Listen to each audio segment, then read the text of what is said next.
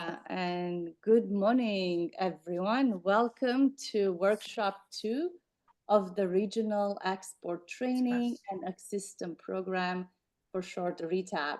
I'm Simona Resek. I'm an international trade consultant, RETAP client service, RETAP client relations manager, and your program moderator today.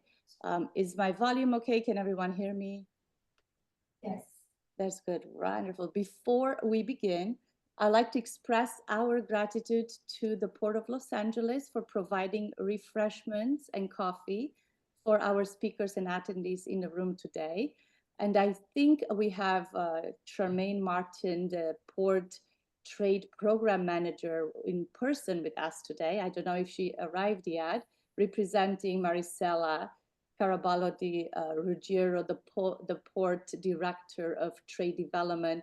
So I just wanted to say thank you to both Charmaine and Maricela for joining and for supporting a RETAP program. We also have in a virtual room with us John Lee, International Trade and Investment Analyst from the Office of Mayor Karen Bass, who's joining us virtually today. And I just want to say thank you to John for joining and to the Mayor's Office for supporting the program. I assume that Richard Swanson from U.S. Commercial Service is also with us virtually. And I wanted to just acknowledge Richard's presence and to let you all know that next week, Richard is going to be the moderator of Workshop 3. Also, my colleagues in the room, Sandra Kim, who's the Program and Grant Coordinator, and Peter Fu, who's the VP of Entrepreneurship and Workforce Development, are with us, supporting us on the ground. So I want to say thank you to them as well. Great. Next, we are going to start today's workshop. It is titled "Get Ready to Export," and it is designed.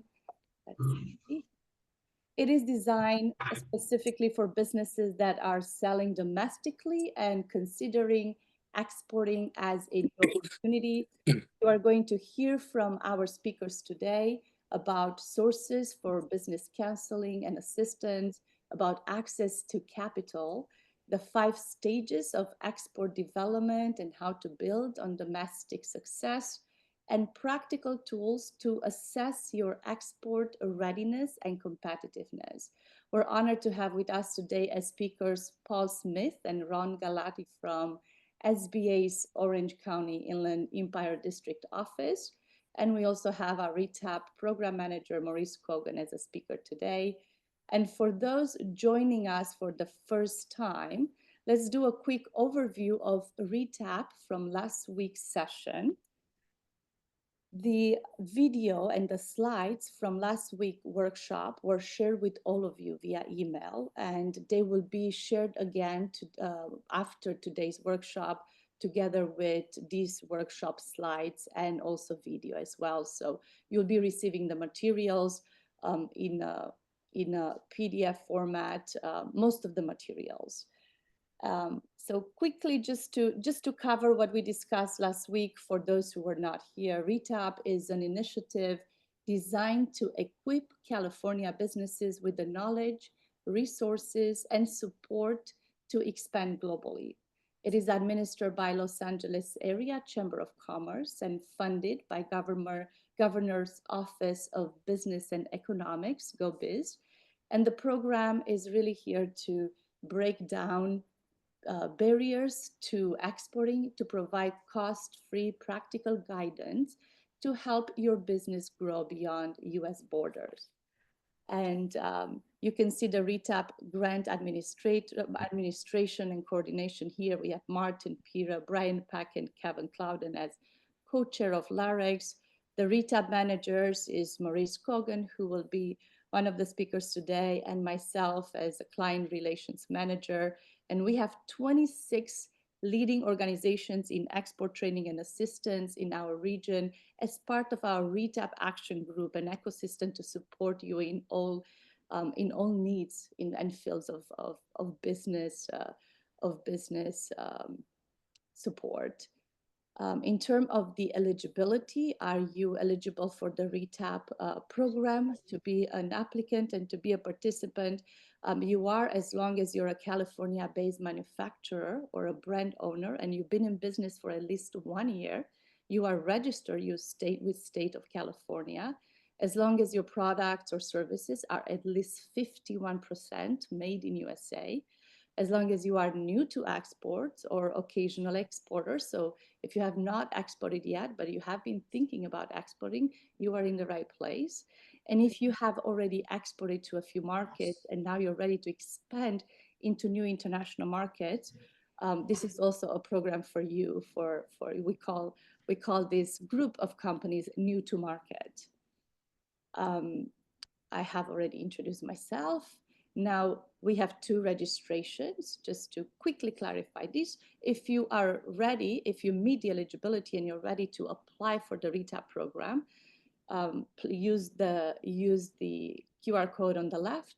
If you would like to just participate in the RETAP workshops and you are not yet have a product and ready to export, you can still participate in the workshop. However, the workshops are mandatory for those who apply for the RETAP program. Okay. Next, just a quick note: when you register for the program, a quick reminder to please fill out every single field in the registration form. It helps us to better assess if your company, it falls under the new to export or under new to markets category. And these are the 3 tracks. We have the new to market, we call it track 1, RETAP 101, where you have a functional website and a product and you're new to export. We also have track 2, which means that you have already exported to a few, 1 or 2 or 3 or up to 5, 10 countries before, and you're looking to expand into more markets, expand your market share. And then we also have an educational track which is designed for aspiring export management companies, for freight forwarders, and even for students to prepare for the CGPP NASBITE exam, and we will talk about that a little bit later. Again, a reminder, if you are not ready to export, you can still join us to learn how to export. The process, once you apply for the program, follows with a participation agreement that you receive from Peter Fu. And then we will ask you to take an export readiness assessment online. And today, Maurice is going to cover this in depth to show you how to proceed with this export readiness assessment. And then those who are new to export are going to be assigned to work with our program manager, Maurice Kogan. Those who have been exporting and are looking to expand into new markets will be assigned to have a meeting with me and discuss your export needs, your business needs as well. And the next step for those who are new to, who are part of the track 2, they are looking to expand into new markets, will be to work with our international marketing researcher, Dr. Sarita Jackson, who will be working with you to create a customized market research so you can use data analytics in order to make the right decision in choosing your market. The step 6 for both tracks, for 101 and for 201, is for us to match you with export support organizations in our community. These are only the logos of some of the organizations who are supporting the RETAP program, from SBA, U.S. Commercial Service, SBDCs in the region, Women in Trade, Orange County, Milken Institute, SCORE as well. And we talked last time about SCORE. We had an overview last time about everyone who's supporting RETAP. For those who are going to be ready to work with the U.S. Commercial Service, we have a very simple process where you will fill out a company questionnaire. You will meet with the U.S. Commercial Service specialist in your region, and we will discuss the market of interest, the available export promotion service in that market.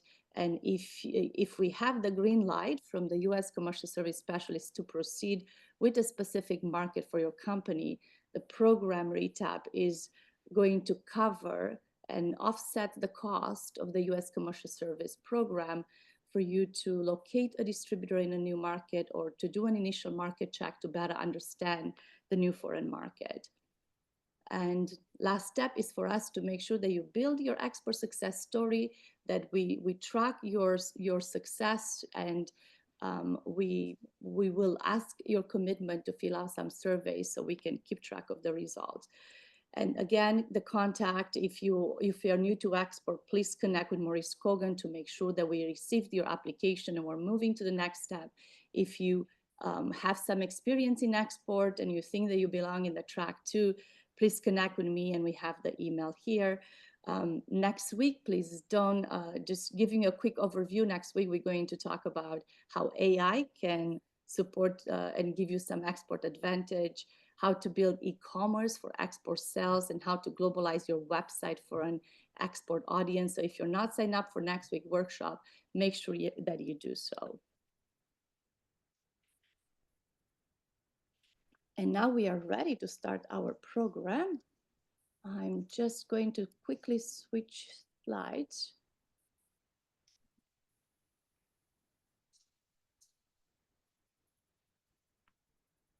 Almost there.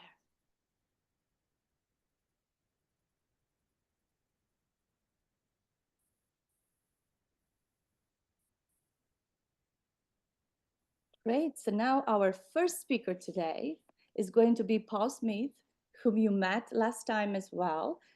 He was an economic development specialist and district international trade officer for the U.S. Small Business Administration. Paul has 30 years of experience in business development, export promotion, and international trade. He has worked extensively across manufacturing, high-tech industry, and global markets, helping businesses expand domestically and internationally. We are excited to hear from Paul today on sources for business and export counseling. Paul, I'm handing over the virtual floor to you. Well, good morning, Simona. Ladies and gentlemen, thank you very, very much for being on this call today. I think this program is absolutely terrific. And for those of you either starting a business or trying to grow your business, the information that's being offered is very important for you. And I hope you'll engage with our consultants after this program. Simona, thank you. Maurice, thank you very much. And all of the partners that are making this possible. This program has always been near to my heart because if you've been in business, domestic or international, you have to start, you have to grow, and you have to expand. And how you do that is critical to your success. And it's really not that difficult to be in international trade. You just have to know where to go and how to do it. And it's funny, a lot of people resist that until they start failing. I remember back in the day, I had a container somewhere in Africa sitting there at a dock and trying to figure out how I was going to get paid for it.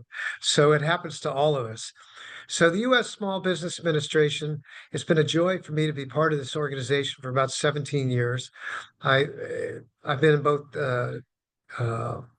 domestic and international sales in private industry, worked in markets around the world. I think the greatest gift for me, though, is working with such talented people along the way, because collaboration is key for you to be successful. So this less is more. So this slide kind of outlines what we do. When you think of SBA, you always think about funding. So we have both domestic and international loans. And based on a previous conversation with Maurice, my colleague, our lender relations specialist, Ron Galati, will be participating with us today. You know, when you talk about domestic and international, sometimes it's seamless. And the more you can do that, the better. And so we're going to be talking about the different types of funding available, both starting and growing your business domestically, but then also transitioning into international markets. And access to capital is critical. How do you access the capital, and with whom, and how do you do it? Disaster assistance is something that most people didn't think about until we started having disasters like the pandemic and the fires. And I'm very grateful that we're able to provide assistance to people in low-cost loans, both for disasters and also economic disasters based on things that have taken place. government contracting. Who knew the government's the largest purchaser of goods and services in the billions of dollars? And through the U.S. Small Business Administration, they not only advocate for small business, but they also help support, and there are special programs for what they call set-asides for small businesses. And international trade is wonderful because we both from a domestic side and international we're supportive not only in finance but training and support, and technology is key to our success today. I think we're all seeing it today, how fast our economy is moving forward in the tech space. We're very heavily involved in technology. We have resources which I'll get into in the next slide, but we also have grants, the Small Business Innovation Research grants, and you're also going to hear with international trade we have the STEP Fund program. I think one of my colleagues is going to detail enabling you to participate in international programs. Now, for everybody's benefit, Simona, these links are all active. So when the slides go out, they can use them to link. So SBA is kind of a quiet but very important organization. We're nationwide, 68 district offices. In the area of international trade, the USIACs were started during the Ron Brown era, where you'll have the Office of International Trade, SBA, Ex-Im Bank, and the U.S. Department of Commerce, all under one roof. And it's very important for one-stop shop for international people interested in international growth. Next slide, please. We were created in 1953 to help Americans start, run, and grow their business and recover. Something very, very important is that SBA is a cabinet level position, and it struck me we actually have a policy department to advocate, support, as does the Department of Commerce, small business. So all your foreign trade agreements and the like, we sit on those panels to help draft those agreements to ensure small business gets their just amount of business. Advocation has always been important. With this new administration, it's even more important. To our knowledge here locally, small business in America, when they have needs or challenges, they'll be reporting it through us, through the SBA and our partners, and it will. The idea is to reduce the impediments for you to grow your business, and that's how we do it. Next slide, please. Okay, so the key areas that we provide: management, technical assistance, certifications, and loan guarantees. Okay, management and technical assistance is done by every district office has a network of funded resource partners, which includes small business development centers, women's centers, veteran centers, and our SCORE chapters. And we fund them along with, in this case, the state of California, to provide management and technical assistance and support as you grow your business. They're terrific. Next slide, we'll get into that. Certifications are those preferences. Go back, please. The certifications are critical because there's what we call the 8A, 9-year program for under the Small Business Act to help small businesses get their fair share of business. And by the way, there's international contracts given, like with the State Department for construction, for building and rebuilding facilities outside of America and military bases as well. Okay, and loan guarantees, Ron will be getting into that more today, but that helps you get access to capital that otherwise you wouldn't be able to get. Next slide, please, Simona. And our guide is at the bottom of the page here. Okay, this slide has all the links you'll need. Our SCORE chapter is made up of men and women that have been in business. I didn't know much about them before I started with SBA, and I've never been so proud to be around these men and women.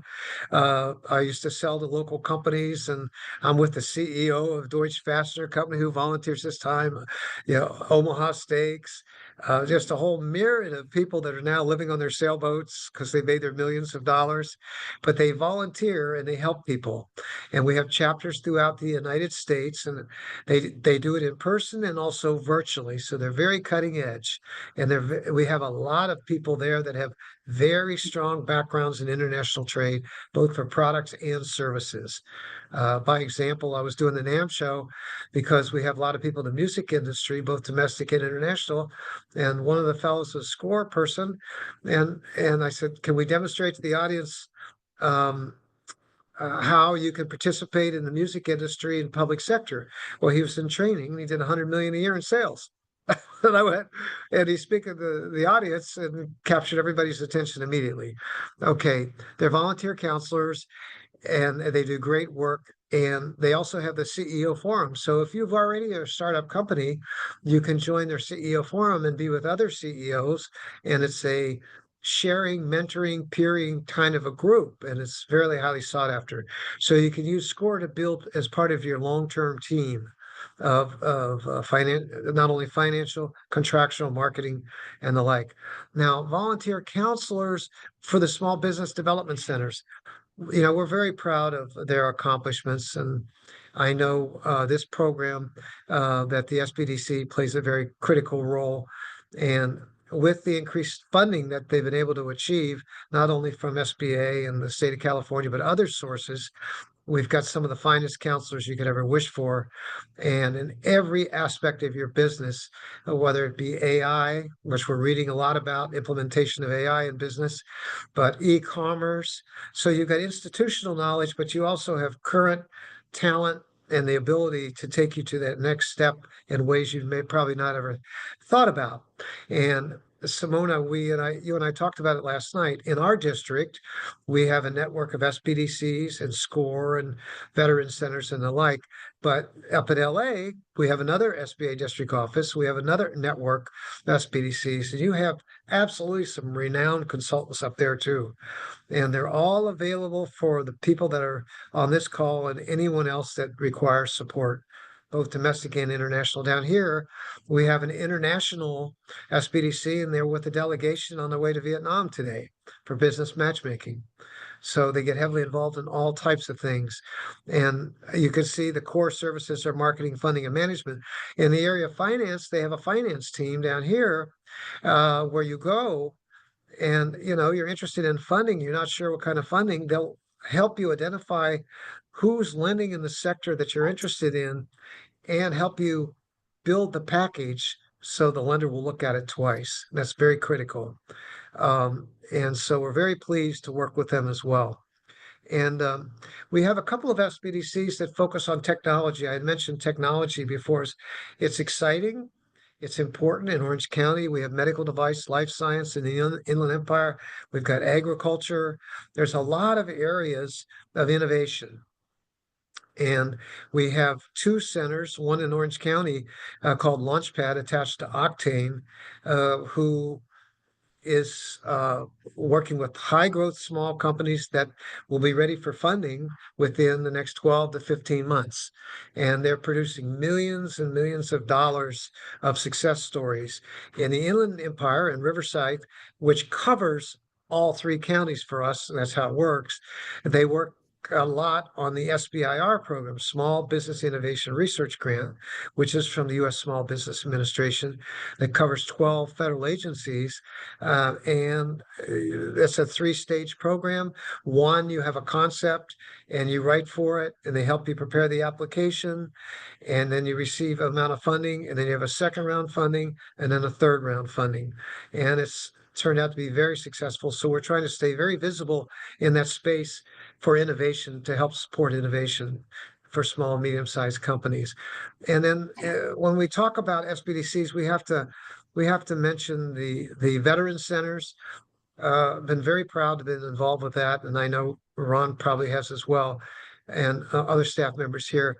We have the Boots to Business program, and we go to the military bases, and we would talk to the veterans before they were leaving and asked them if they wanted to be an entrepreneur. And the program was developed out of Syracuse University, and it was at no charge.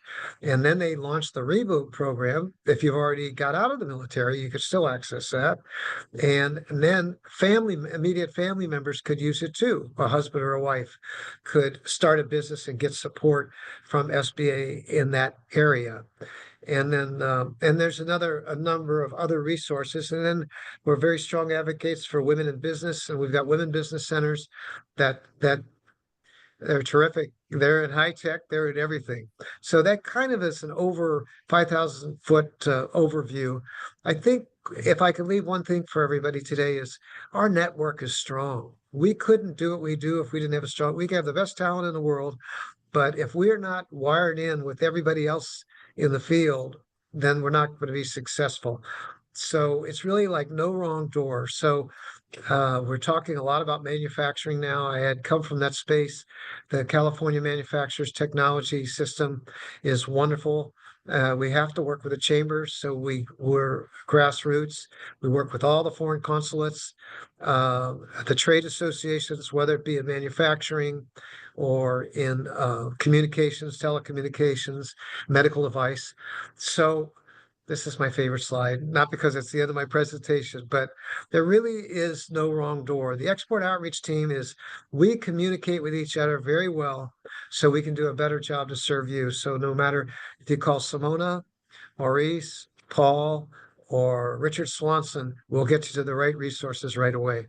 So thank you very much. And if there's any questions, please feel free to ask. Thank you.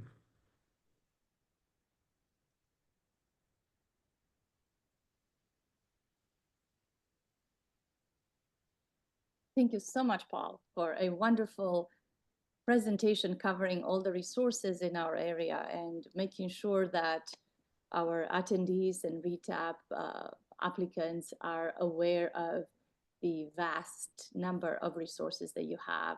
We really appreciate, Paul, your leadership. We appreciate your support to the program, and we're really fortunate to have you part of the program. Yet last week I have mentioned the EDC SBDC covering Ventura, Santa Barbara, and Los Angeles offices. I talked about the many consultants they have for free technical advising in all areas of business, because when it comes to export, you want to make sure that your domestic growth is also addressed at the same time, that you're not hurting your domestic growth because now you've decided to export. So in the Los Angeles area, we have the Economic Development Collaborative in Ventura supporting the global trade. We have I'm part of the team. We have a very robust global trade department supporting companies in all areas of business. And the best way to locate the near your local SBDC office is to literally just type in Google, find my SBDC in California. You will be brought to a page where you put your zip code and it will tell you which SBDC local office you belong to. Make sure that you are connected with your local SBDC. So many thanks. Next, we are going to take questions after the next presentation. And next, I'm going to introduce our next speaker, Ron Galati. I just need a moment to share the screen. Here we are. Here we are. Ron Galati is a lender relations specialist with the SBA Orange County Inland Empire District Office. He's bringing 25 years of experience in financial services, including roles at Bank of America and Capital One. He specializes in SBA loan programs and helps businesses access capital for growth, for scaling your business. Thank you so much for being with us today, Ron. I'm going to hand over the virtual floor to you. Thank you, Simona and Maurice. Hopefully you can hear me well. Yes. Excellent. Well, thank the audience for joining us. Really happy to learn more about RETAP, as well as understand that we have a mission. We continue to our mission of informing all the manufacturers, all the small business out there of our loan program. So I'm going to spend quite a bit of time on some of the programs, but again, it's a lot there. So I expected it's just the start of a relationship with myself and with our office and with the other two offices in Southern California as you have questions. So we're here to certainly serve your needs. And just to let you know, this, as far as California, we have 6 offices, district offices of those 68 Paul had mentioned. Orange County, Los Angeles, and San Diego are the focus here in Southern California. You can see some of the volumes off the left. We do about 2,200 loans. When we say we, that means the lenders that we have involved in these programs, and of course our resource partners assisting in that regard. 2,200 loans, about 1.2 billion, and of course you can see the size of Los Angeles being the largest in Southern California. In fact, almost one of the largest in the nation. So a lot of loan production comes out, and again, we credit to our lenders, which total about 150 different lenders do loans in our markets. Our office in particular, as you see here, Orange County and Empire, my name there, and the two other offices in Southern California, contact information. We have a relatively small office, as do most offices now, because there have been some retirements that have occurred. But generally, we have 8 right now. I think that's probably average compared to the rest of the district offices. We have 3 EDSs, Economic Development Specialists. We have 3 Business Opportunity Specialists, and we have myself at LRS, and we have a Deputy Director. That means that everybody really has to know a little bit about everybody else's business. Paul certainly takes the lead on international, but again, being involved and working as a team, I think we hope best to serve you. And again, Paul mentioned this already. I did put a link in the chat that you can go to, like Simona had said. You can go to sba.gov. You can look, for that matter, you can go right to I think it's top right. There's a local assistance drop down where you can put in your zip code and get the information as to where these various resource partners are located. And they do a tremendous service for us in helping you better understand what we do and kind of walk through that process of what's going to be best for you, whether it's structuring your business, structuring how you're going to do your financial structure, to internet, to marketing aspect, to help you with marketing, and of course help you with the application process for a loan. The basics of SBA loans, the key that makes it work is the guarantee. So depending on the particular product, the guarantee could be up to 90%. This allows the banks or the lenders to open up their credit box much more so, their underwriting, and get these loans processed and approved. One of the key things is that if you can qualify a conventional loan, you've got a stellar financial statement, you've been in business for a while, the lender's going to look at you, if you qualify for a conventional loan. If you do, SBA wouldn't be available to you, but quite a number of times, SBA is an available option, and you should take a look at it. And if you meet the guideline, if the SBA and the lender guidelines are met, we can take the application and hopefully process a successful loan for you. So eligibility is one of the key things. The top line would be small business, defined in this case as net income after tax, $6.5 million for over the 2-year average in the most recent 2 years. Net worth of less than or equal to 20 million. So that would make you a small business. I don't know, can you get some big numbers in a small business, but that's what we have as a guideline currently. You have to be operating a business. You have to be organized for profit and located in the United States, and the owners have to be U.S. citizens or legal permanent residents. Now, that would make you ineligible, would be things like, for instance, you have a default on a prior loan to the government, a student loan, those types of things. You may be in a speculative business where you're buying, maybe buying an apartment complex and trying to flip that apartment complex. That's not something we will lend to. So there are some exceptions, but again, I think for the most part, certainly manufacturing world is wide open for hopefully some products that could help you. So the products are divided into 3 basic categories. The 504 loan, that's the bigger loan in terms of that, and that's going to go after fixed assets, financing fixed assets. Most of the time it's real estate or major equipment.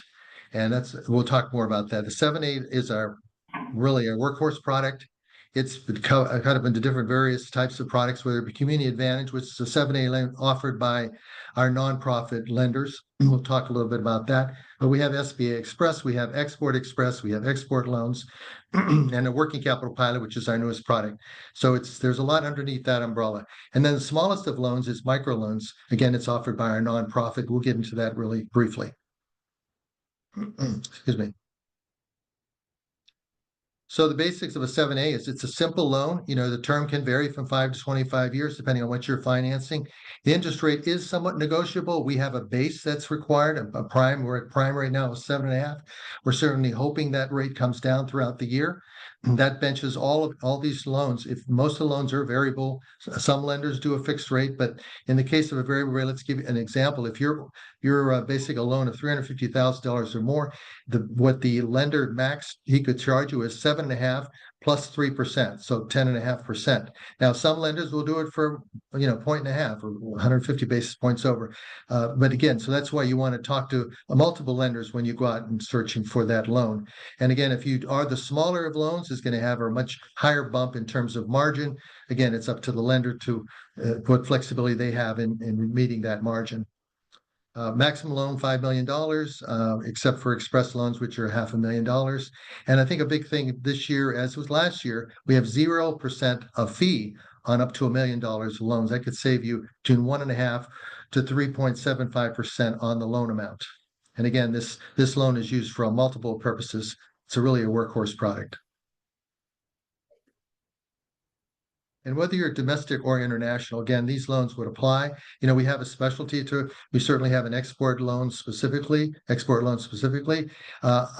fact, joining me on this call, at least he's going to be on for Q&A, is Pelson Lau. He's with Export.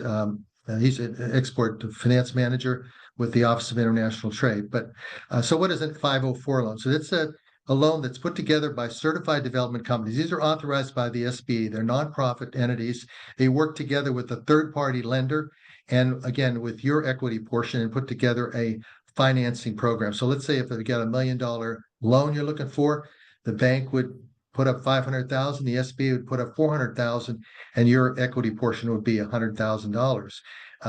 The SBA really, our product is the guaranteed portion. So the banks love to lend when part of that, a good significant part of that loan risk is covered by the SBA. Just as an example for now, why this is such a good product, you can go out 25 years and the rates are going to be somewhere about 6% or less. So this is, a product that will really work for you, provided you're financing, again, you're talking about fixed assets, largely real estate or major equipment. Next slide. And these are the kind of projects for 504 that, again, you'd expect: manufacturing facilities, hotels, motels, office buildings, things like that, where we can shine. We got some great certified development companies in our market. Those are available to you by searching our site, or you can call me directly and I can give you some recommendations. Microloan. So here's that smallest of loan. It's typically where a business will start. Or they might just say, this is really simple. I can get this more quickly. The 50,000 is, I'd like to be on a line of credit revolver, but this is a way I can get the 50,000 up to 50,000 for a term of 7 years. Rates can vary from about 8 to 13%. We're more toward the 8% now. So, and again, it can be used for working capital, supplies, etc., furniture and equipment, but not for real estate. Again, it's offered through the certified development companies. And the rates are about 7% right now. So next slide. Okay, good. So the working capital plan, this is the newest of products. And I mentioned Pelson. Next slide. Thank you. Oh, there we go. This is the newest program. It came out August last year. It's can handle financing on an asset-based or transaction basis. Pelson Lau, who I mentioned, his contact information is here, but he is really kind of the underwriting, helps underwrite these loans along with the bank. So he's very knowledgeable about the subject. So, but 75% guarantee for the bank, they love that. Up to $5 million. Again, you can use it. The nice thing about it, you can wrap it to domestic or international transactions. And they can be multiple transactions that you're financing, multiple contracts. Again, a lot of it could be very much applied to those contracts you're going to get from government, whether it's federal, state, or local. Next slide, please. So here's the summary again, what it looks like. Maximum loan amounts to $5 million.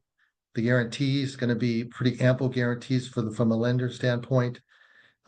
Maximum term is 60 months. It can be transaction-based or asset-based. The first year fees are going to only be 0.25%. So it's very good from the standpoint of fee structure. And the second year is 0.275%. And again, the idea is that this universal product can handle your domestic and international transactions. So what is transaction-based loans? So, again, if you get contracts in and you want to have a line of credit to help you, for the pre-shipment financing, allowing you to purchase materials and components and other related expenses, staff, etc., this would be a good product to consider. And, the lender will establish a cash collateral account that as proceeds come in from those contracts, they'll be placed against, or the proceeds will go against the line you have available there and paying down that line. So it's pretty simple, it's pretty clean how it's managed. Asset-based, a little bit maybe more complicated, but it's financing essentially your receivables or your inventory. And we'll be looking at monitoring that with, if you've heard of borrowing-based certificates. So we'll monitor your collateral, our collateral position, or the lender's collateral position on an annual basis, if not more so. And again, it provide that clean financing, which can be, can take on another tranche of that as you need it. So next steps to securing your loan. So my opinion of, in which and again, my job title is lender relations specialist, but really I probably do 30% of my calls and guidance to small businesses. They call me up and I can help them so much on a general basis, give them understanding about the programs, give them some guidance maybe on lenders. But the Small Business Development Center was one of our resource partners. But we have 3 others as well that Paul mentioned. And these folks will be able to, guide you to develop your business plan. For us, you're going to need a business plan. You need some financial documents that they can help you with. And I would talk to that, I certainly would talk to one or more of our resource partners. Then you could probably best suited to go out to a lender. They might have some recommendations. The resource partners might have recommendations. I will have some. Reach out, talk to them, and start the qualification process.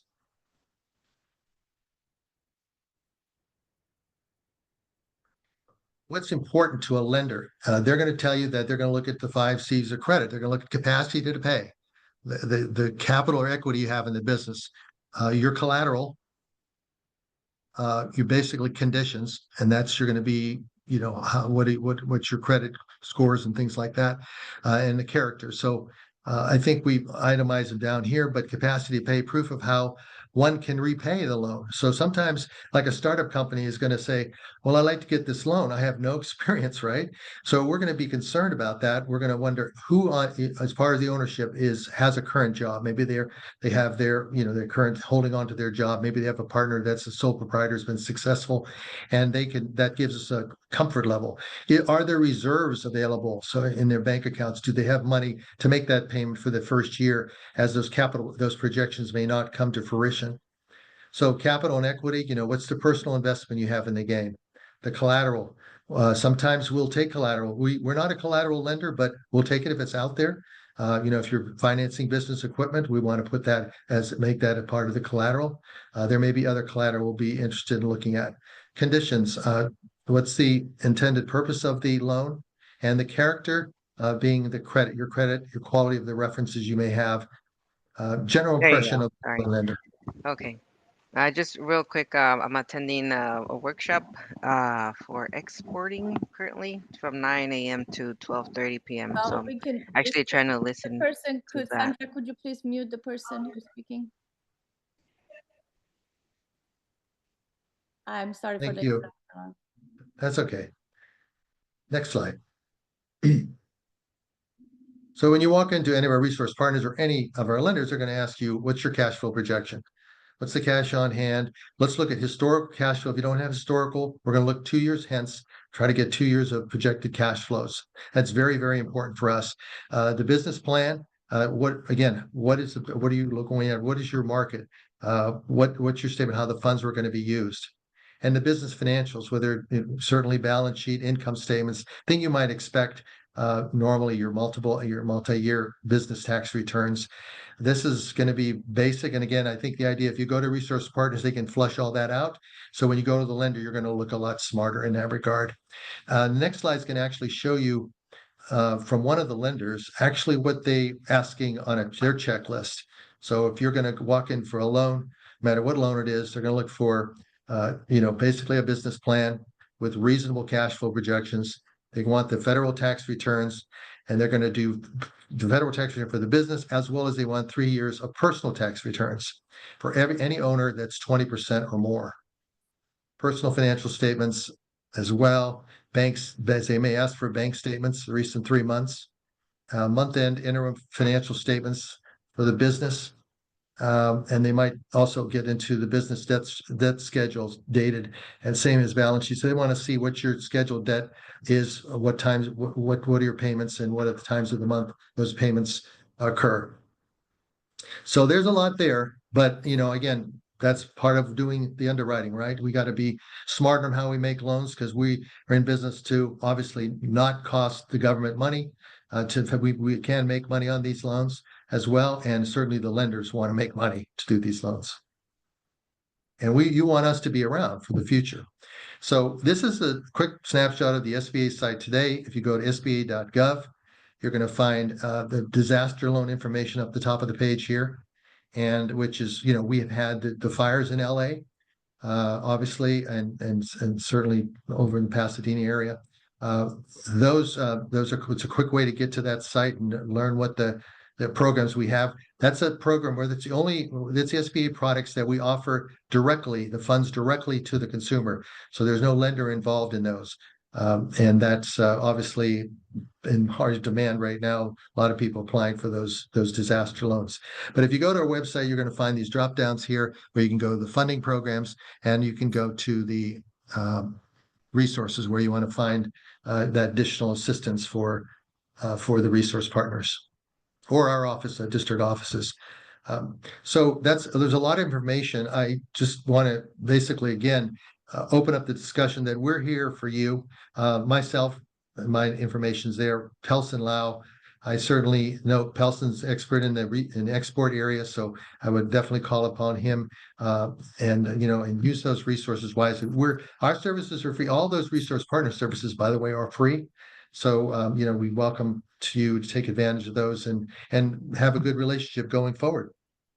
So I think I covered it in that time frame, and I think we're in a position where you can take some questions. Thank you so much, Ron. That was really clean and clear, and you communicated so well the vast support that you give companies who are looking for financing. We do have a question I want to ask everyone. Please put your questions in the chat. And we have a question from Faisal. Could the collateral be the inventory manufactured products? Did you repeat that? I didn't quite. Could the collateral be the inventory manufactured? Yes. Yes, it could very well be. So he could use the collateral in order to apply for a loan. And which of the loans that you listed there will take manufactured products as collateral? I think the working capital pilot program will be suitable in this case. The reason for that is even though it's an SBA loan, the way that they look at inventory is different. Like, for example, when you talk about SBA 7(a) term loan, they look at the inventory, what we call the liquidation is only 10%. So that's why oftentimes when you apply those 7(a) loan, you don't have enough collateral. Probably they will ask for a house or whatever additional collateral. But for the working capital program, the inventory, the liquidation value we consider on a guideline can be up to 65%. So in this case, the chance that probably will be easier for you to get the loan under the working capital pilot program. Mm-hmm. Oh, thanks, Pelson. Thanks so much, Pelson. So Pelson is the export finance manager for Los Angeles area for SBA, and he just explained the new program that Ron presented. So Faisal, I think you have Pelson information. Please do connect with Pelson to discuss how this loan could apply to your situation. And importantly, just to mention that the Office of International Trade has been what Pelson's works for. That's their entity he reports through, but they're part of the SBA. so don't get confused. But you probably saw Kelly Leffler, who's our new administrator, and her focus is really going to be on manufacturing, right? So we're going to do our best to try to drive that. And this is one of those great opportunities to talk to you folks out there. They're going to be changing the name and the focus. That's why it's going to be called Office of Manufacturing Trade in the very near future. And we're all about trying to figure out, how we can make that inroad to those manufacturers, make sure they know what's out there for them, to how we can help. Very good job, Rob. Thank you, Samuna. Thank you. Thank you, Pelson. Thank you so much for joining us to jump in to help us with the question. We have another question about, could accounts receivable be collateral? Pelson, you want to take that one? Yes, sure. Account receivable, yes, for sure, yeah.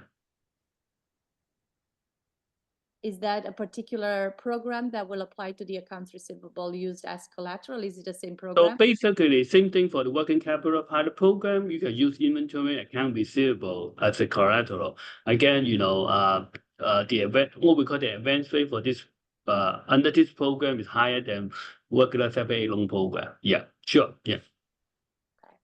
Okay. The next question is, does the SBA offer a startup loan for establishing a business, or only loans for entities that are currently operational? Okay, that's a good question. We get that. I'm sorry, we get that a lot.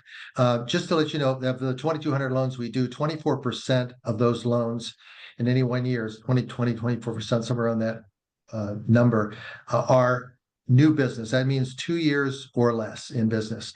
What we don't have a track on is what a startup, how many loans to startup businesses are. But we do a number of them. I can tell you probably it's probably 8 to 9% of those loans.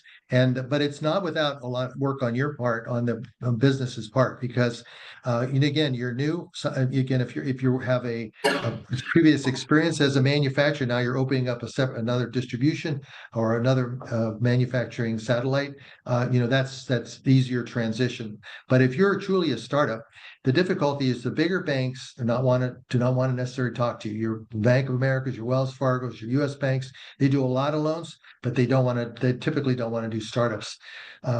But we do have some lenders that do, and we do have programs such as the microloan program. If $50,000 can help you, that's where we have a little more latitude in how that underwriting is done. So we do a lot of folks that come in and looking for that startup, and that microloan is that way, will give you that opportunity. From microloans, the certified development offered by the certified development companies, they can then graduate you into a community advantage or a 7A loan up to $350,000. So, getting some track record, establishing your credit with your business is going to be important. Pelson, do you have a comment?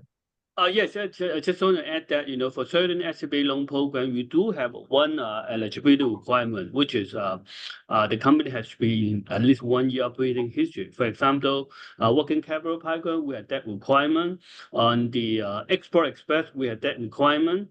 Export working capital program, we have that requirement. But other than that, other SBA program, we don't have that requirement. But anyway, this is called eligibility requirement only. It doesn't mean that we'll get the loan. And again, I can say some lenders are more apt to look at startups, and particularly in the vein. Now, some lenders don't do gas stations. Some lenders are up to here with restaurants. So, you got to have that. And we can search our files. I can help locate maybe that business that's catering to a next code, and the next code for manufacturing or health and fitness and those kinds of things. So that's where we can help look where that opportunity is. We also have a product called Lender Match, where you can enter in your information and see if lenders will come to you. So that could save you some time when you're really, especially a startup, and you know that there's hundreds of lenders out there, and maybe those 4 or 5 that will help you are difficult to find.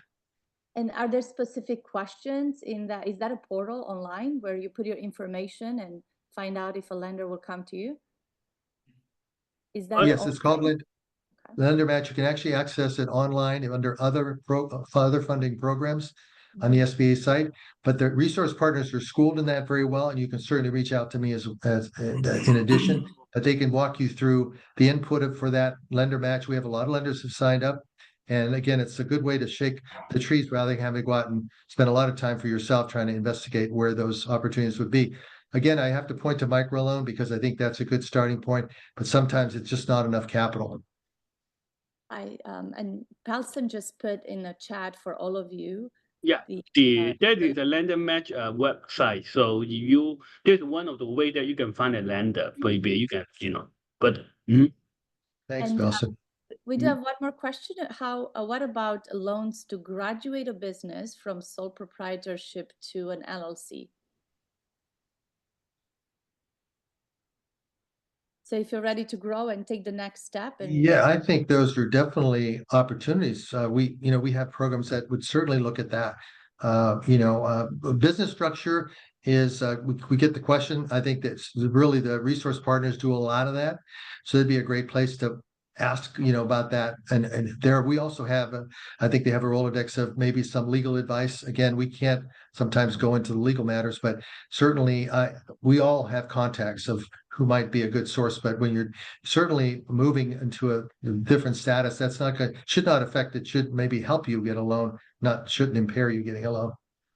And I think the resource partner is very important. And I just want to repeat to all of you, the SBDC, your local SBDC, most of them, all of them have a really great financial team to help you put together this package. As an SBDC advisor, I'm an export SBDC advisor, and I recently helped two companies apply for $5 million loan and $3.5 million. That was an export. It was an export express loan, and we sat down and we had one-on-one meeting when we looked at your we build what I call the financial solicitation plan.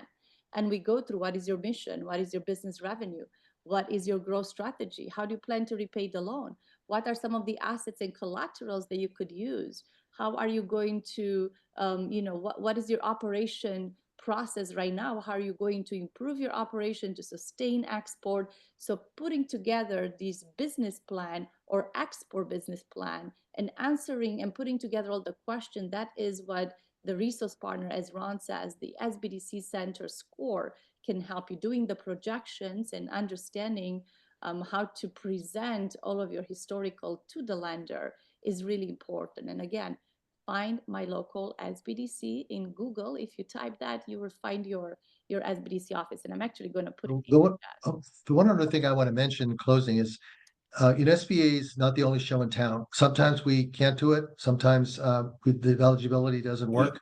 But keep in mind that our certified development companies, among other companies that you can search, are community developed financial institutions. And that means they have separate programs. They may have a guaranteed program through California, state of California. They may have Wells Fargo contributing to a program, major banks contributing to a special targeted program. So don't give up the ship. Just keep looking and reach out to those resources. And that's so important, Ron, to end, because sometimes it's very easy to give up when a lender says no.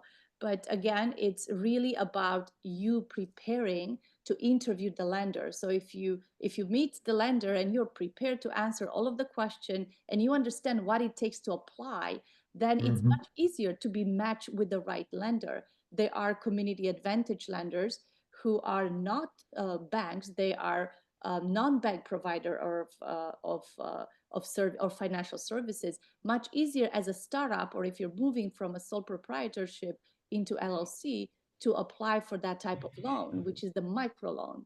When you're ready to expand globally, then we do need to see some collateral. We do need to see assets, and we need to see a plan of repayment.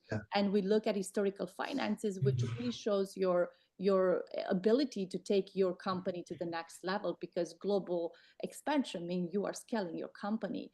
But again, having all of these resources that Paul Smith mentioned and Ron and Palson in the community, you just have to learn. And this is why RETAP is here, bring all these resources together and to show you, you can go to SCORE for templates, you can go to SBDC for one-on-one technical advising on really putting this package together. And then you could start the search of who is the right lender for your situation. One last thing, I was going to be the last thing, but while I want to see you expand your horizons when you're looking for capital, be very wary of the internet. We've had a lot of people walk in here ready to basically claim bankruptcy because they went to a lender, on internet lender, that is charging unbelievable interest rates, like 70%, and they can basically get away with it depending on where they're located. So be wary of that. Just try to stay within. And brokers, as far as brokers, you can use a broker, but it's not necessary. You don't have to pay a broker to help you do to help you find an SBA loan. And thank you, Ron. That's very important. Very important to make sure that you do not fall a victim to some of those online programs. So also, I think it's important to mention, we're going to learn in the next workshop, there's so many AI tools that you could learn as a business on how to prepare your business plan, how to prepare your projection. There's several online tools that we use even at the EDC SBDC where I serve. I have an AI tool that will help you and will ask you questions that you will answer. And those answers are going to be the base of these financial solicitation plan. So you might not have the time to sit down for 5-6 hours to build a solicitation plan, but you can use AI tools correctly and in a way that will help you cut down that 5 to 6 hours to an hour. So that's another important thing that we'll discuss throughout the program. So I don't see any question in the chat. I just want to really, really appreciate and thank you, Ron, for being here, and to you, Palston, as well. We really look up to you when it comes to understanding what loan to use for what situation, your guidance, your advice. And we are really grateful for the partnership with the RETAP program. Now, I would like to ask Maurice, should we take a break now and then start your section, Maurice, after the break? Do you think that would be it's a good time to maybe go into a break right now? It's all right with me. Either now, I'm going to take about 45 minutes. So if you think we want to break now or a break after that, that's. Well, if for the first part, you'll take 45 minutes, let's just move into the first part of your presentation. Okay. Or I'm sorry, is your entire presentation 45 minutes? For this, before the scheduled break, yes. Okay, great. We are going to next move into hearing from our RETAP program manager, Maurice Kogan. You've all met Maurice last workshop. He is an expert in international trade with over 63 years experience as government executive, educator, trade consultant. He has guided companies, countless businesses in their journey, export journey. He is a NASBY Lifetime Achievement Award for his contribution to global trade and a community, and a mentor to many. So next, I'm going to share my screen with starting our Get Ready to Export training. Maurice, okay. Physical floor first. Great, thank you.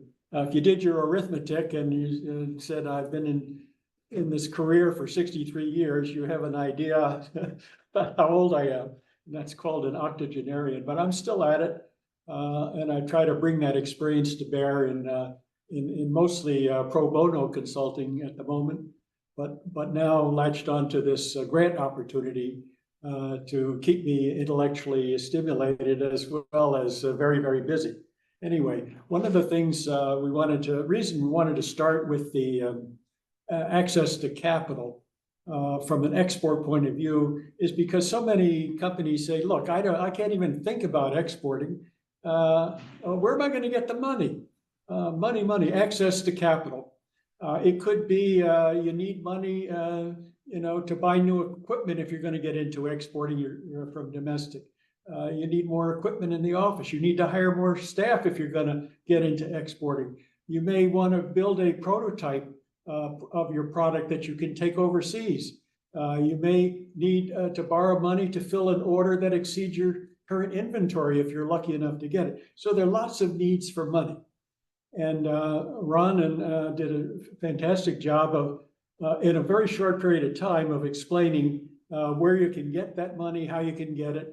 But because it was a short period of time, I certainly encourage you to follow up with him if you say, hey, can you help me with my situation in getting money? So that's why I started with money. Okay, we're going to now try to go through what is the developmental process of a company that's thinking about exporting and hasn't done it yet? The first question is, what is a U.S. export? Not everybody understands. The obvious thing is an export occurs when you sell a good or service produced in the U.S. to somebody outside the United States. That's a traditional, typical export. And that's mostly what we're talking about here. We have companies that make a product and we want them to be able to sell to somebody overseas, and that would be an export. You may or may not know that an export also occurs when a visiting foreign tourist or students comes to the US and spends money that they originally got from converting their local currency. So an example, the first one, which we're going to focus on, a US-based supplier sells a product or service to a buyer, let's say in Canada, or a Canadian student pays tuition to attend a US college, or a Canadian tourist buys a US product to take back to Canada. We're not going to worry about the student or the tourist. We're going to focus on selling your product to somebody overseas. Next slide. So why bother? Why do it? Well, the obvious, we assume that you're in business in the first place to make money. You want to make a profit. You make a profit by producing more and selling more. And if you put a limit or constraint on how much you're willing to try to sell to, and you decide you only want to sell in the United States, which is a huge market, by the way, then what you're doing is, if you look at that little graphic on the left, the US market is that little blue slice. The US population is roughly 5% of the total world population. If you're only selling to that blue slab there, 5%, you're missing out on the possibility of selling to 200 countries outside the United States, with 2/3 of the world's purchasing power, with close to $21 trillion in import demand. So if you're not exporting and just selling to that sliver, I don't think it makes much sense if your purpose in business is to make money.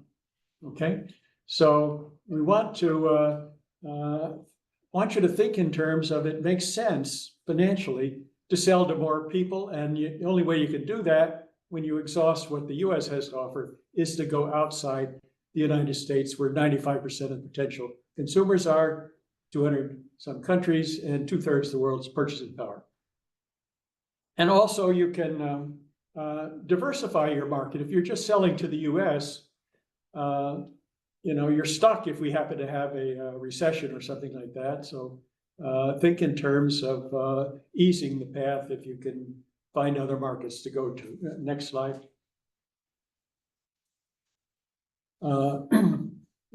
As much as it makes sense to want to make more money by selling outside the United States, guess what?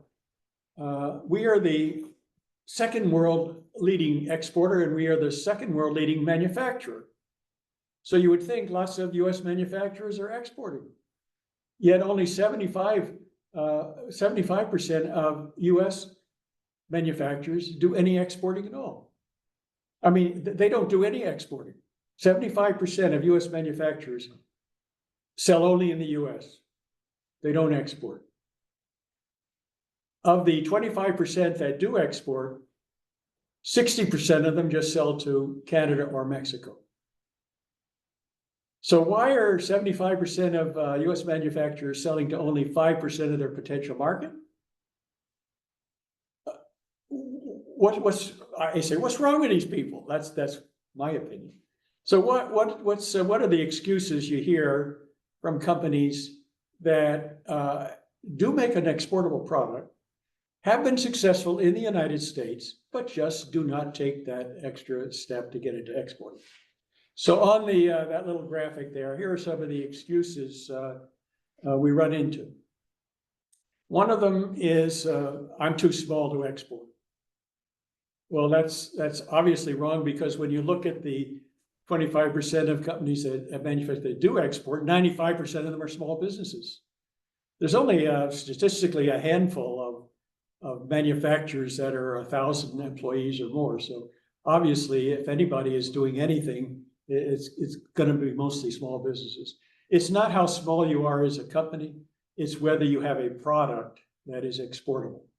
And if you're selling that product in the United States successfully, that product could be exportable. So smallness of a company has nothing to do with it.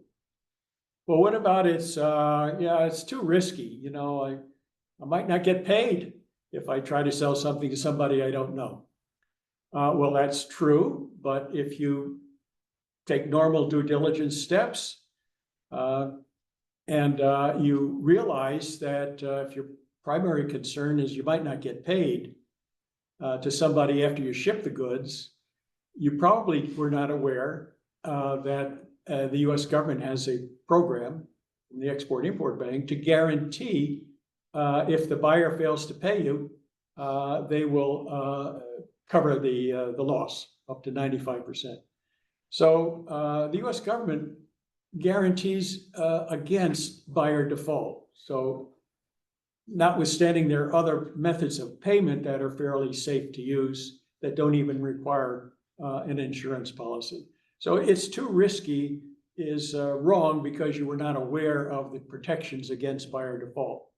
You might think that, well, it's risky in the sense of maybe they'll steal my patent or trademark or something like that. Of course, you run that risk in the US as well. Anybody can try to reverse engineer your product or steal a trademark.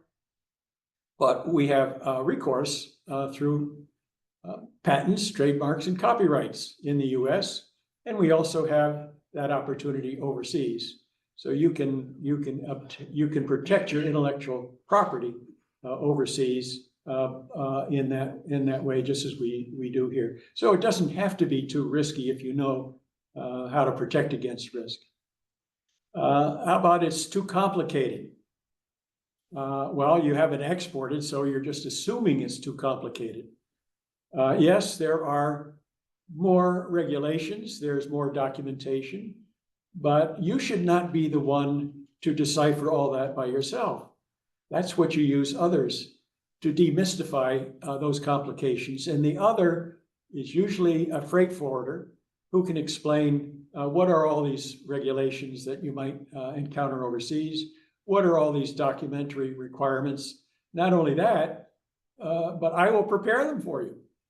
And I will alert you to what all those regulations are, and I will help you obtain the permissions. So whatever complications there are manageable with help if you knew where to go for it. I still need to get back to that slide, previous slide. I can't afford it. Well, we just talked about the number of loan opportunities you have to make it more affordable. But the main point here is a lot of what you need to do in exporting doesn't cost you anything, especially access to information. You can go on the internet and you can learn everything you need to know about how to export. With our grant program, if you do engage in Commerce Department services that have fees, we cover those fees. So with us, you can afford it if you stick with it. Well, how about I can't compete? Everybody knows when they go to a Walmart or something and they look at the label that it's made somewhere else. So the assumption is that everything is imported, and how possibly can I compete? Well, if you are already successful in the US, selling in the US market, who do you think you're competing against? It's those same foreign companies that are here that you're going to encounter as competition overseas. So if you've been successful in the United States, you have already demonstrated an ability to compete against those you would find outside the United States. So what do we say about all those excuses? Wrong. So let's start thinking positively. And let's go on to the next slide. One of the reasons I like to talk about the similarities exporting to domestic selling is because non-exporters think it's all different. I got to learn a whole bunch of new stuff. I have to learn how to do more things that I don't know how to do. But yet, if you'd look at it, there's a lot of similarities between what you're now doing as a successful seller in the United States and what you need and know to be able to do and know if you're going to sell outside the United States. For example, there are a whole bunch of things that are similar. The product you're trying to export is the same product you sell domestically, so you know all about it. Anybody asks you a question about it, whether it's a foreigner or a domestic person, you know the answer. It's my product is great for the following reasons, or whatever you want to say to tout it. So you don't have to. You're not talking about some new product. You're talking about your own product. It's the same customer segments for both. If you're primarily selling to children or to females or to hospitals or to the transportation sector or to utilities or to manufacturers in the US, that's the same target groups you would search for outside the United States. So the customer segments are the same for both, and you already know their characteristics. The same seasonal markets. When you're making ski equipment here in the winter, and winter ends, what are you going to do? Well, winter begins someplace else. And so you can extend your seasonal product by finding countries where their season is compatible with the one that just ended here. Same environmental conditions for both. If your product is something that needs to adjust to environmental conditions like humidity, heat, cold, the United States has got all those same environmental conditions as you will find overseas. Same market research sources for both. The internet is a goldmine of sources of information. So if you do any market research, you go to the internet and you can find all sorts of information about the US market and the same amount of information about virtually any foreign market. So as long as you know how to search for information, you will find it. Same promotion methods for both. If you normally sell by email blasts or by social media or through your website, you use the same techniques for overseas. You don't have to learn a lot of new tricks in terms of methods of promotion. Same distribution channels for both. If you sell directly to users, if you set up sales reps in the US, nationally or regionally, you're going to replicate that methodology overseas. You already know how that's structured. Same base price for both. Your export price is going to start with your domestic price. Because that already has a profit built into it. If somebody says, well, I want to buy it in Singapore, you just add the transportation costs to your base price, and the buyer typically pays the cost of transportation to get it there. So all you need to know is how you arrived at your domestic price, which has the built-in profit. Same inquiry response methods for both. Typically, you would promote and try to attract inquiries. Somebody might contact you out of the blue with a request for a quote. In the US, that's the same way you're going to get leads overseas. And you need to be able to respond to a lead if it comes from Canada, the same way as if it came from another, as long as you know what are the differences that we'll get. Comparable health safety requirements for both. If you're selling a product in the United States that requires an FDA permit or a phytosanitary certificate or some other export license because of the nature of the product, the chances are all of those regulations we have to protect national security or to protect the health, more likely the health and safety of our population. Those countries have similar requirements that require permissions the same as we do. And sometimes those permissions come from the same organization in the US. And same transportation methods for both. If you sell domestically by rail, truck, vessel, or air, that's the way you're going to get your goods overseas. Okay, so there are a lot of similarities. You don't have to learn a lot of new tricks in those respects. Next slide, please. So what are the differences? And there are, and you're gonna, I guess I misspelled my own program there. It should be RETAP, not RTP. Sorry about that. All right, so greater risk of cultural miscommunication. Now, we have a lot of different cultures in the US, but maybe we're used to that. But overseas, there are many more cultures and cultures within cultures. And it's easy enough to offend somebody if you just apply US customs, customary ways of doing business, customary language, et cetera, et cetera. So you do need to know what the different cultures are to make sure that in whatever words you use, in whatever negotiating styles you have, in whatever colors you use in your promotional materials or symbols, that they're not going to come across as ridiculous or foolish or sacrilegious or what. You can, a lot of research is available to help you there, as well as counselors who can advise, no, you're going to have to adjust how you approach the market in that respect. Different commodity coding systems. You may be familiar with NAICS codes here or Schedule B codes. Well, that's for export. When you export, you will come across new coding systems for products. And the Schedule B is one of them, and harmonized codes are another. It's just something that identifies your product using a different coding system.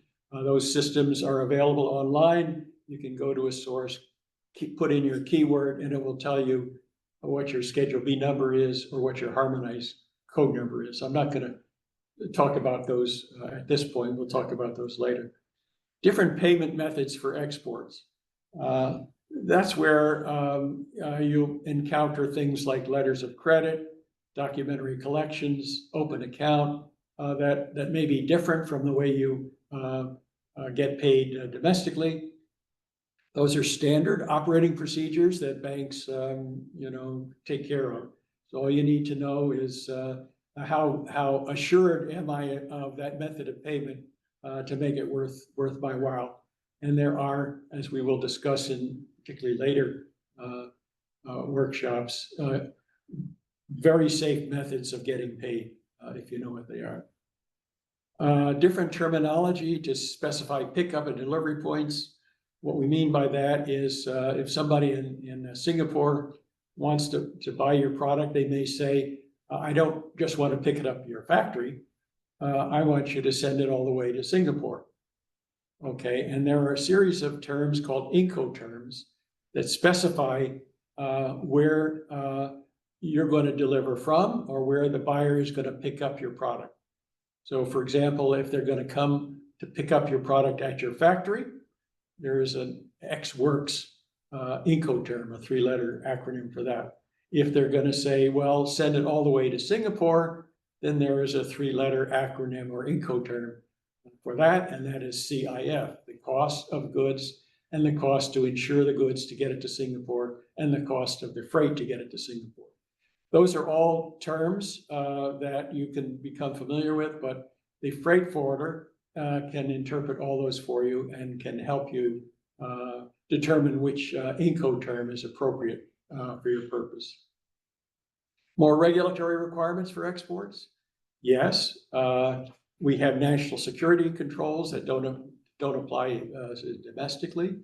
We don't want foreign enemies or foreign bad actors to get certain products of ours because they can use them against us.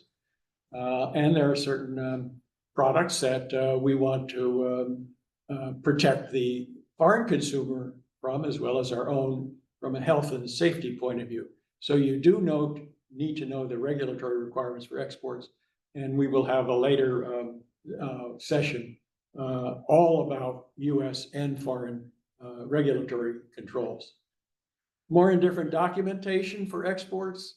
Yes, when you want to ship something, you have to file it and you have to declare what it is on a document.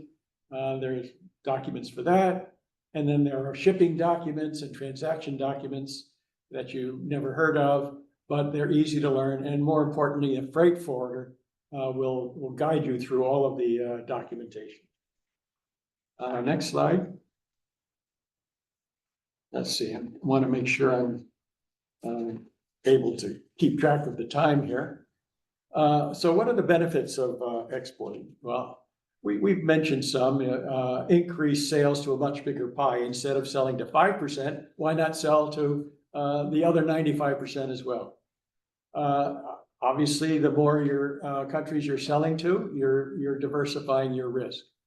If we have a recession here, some other country might be booming.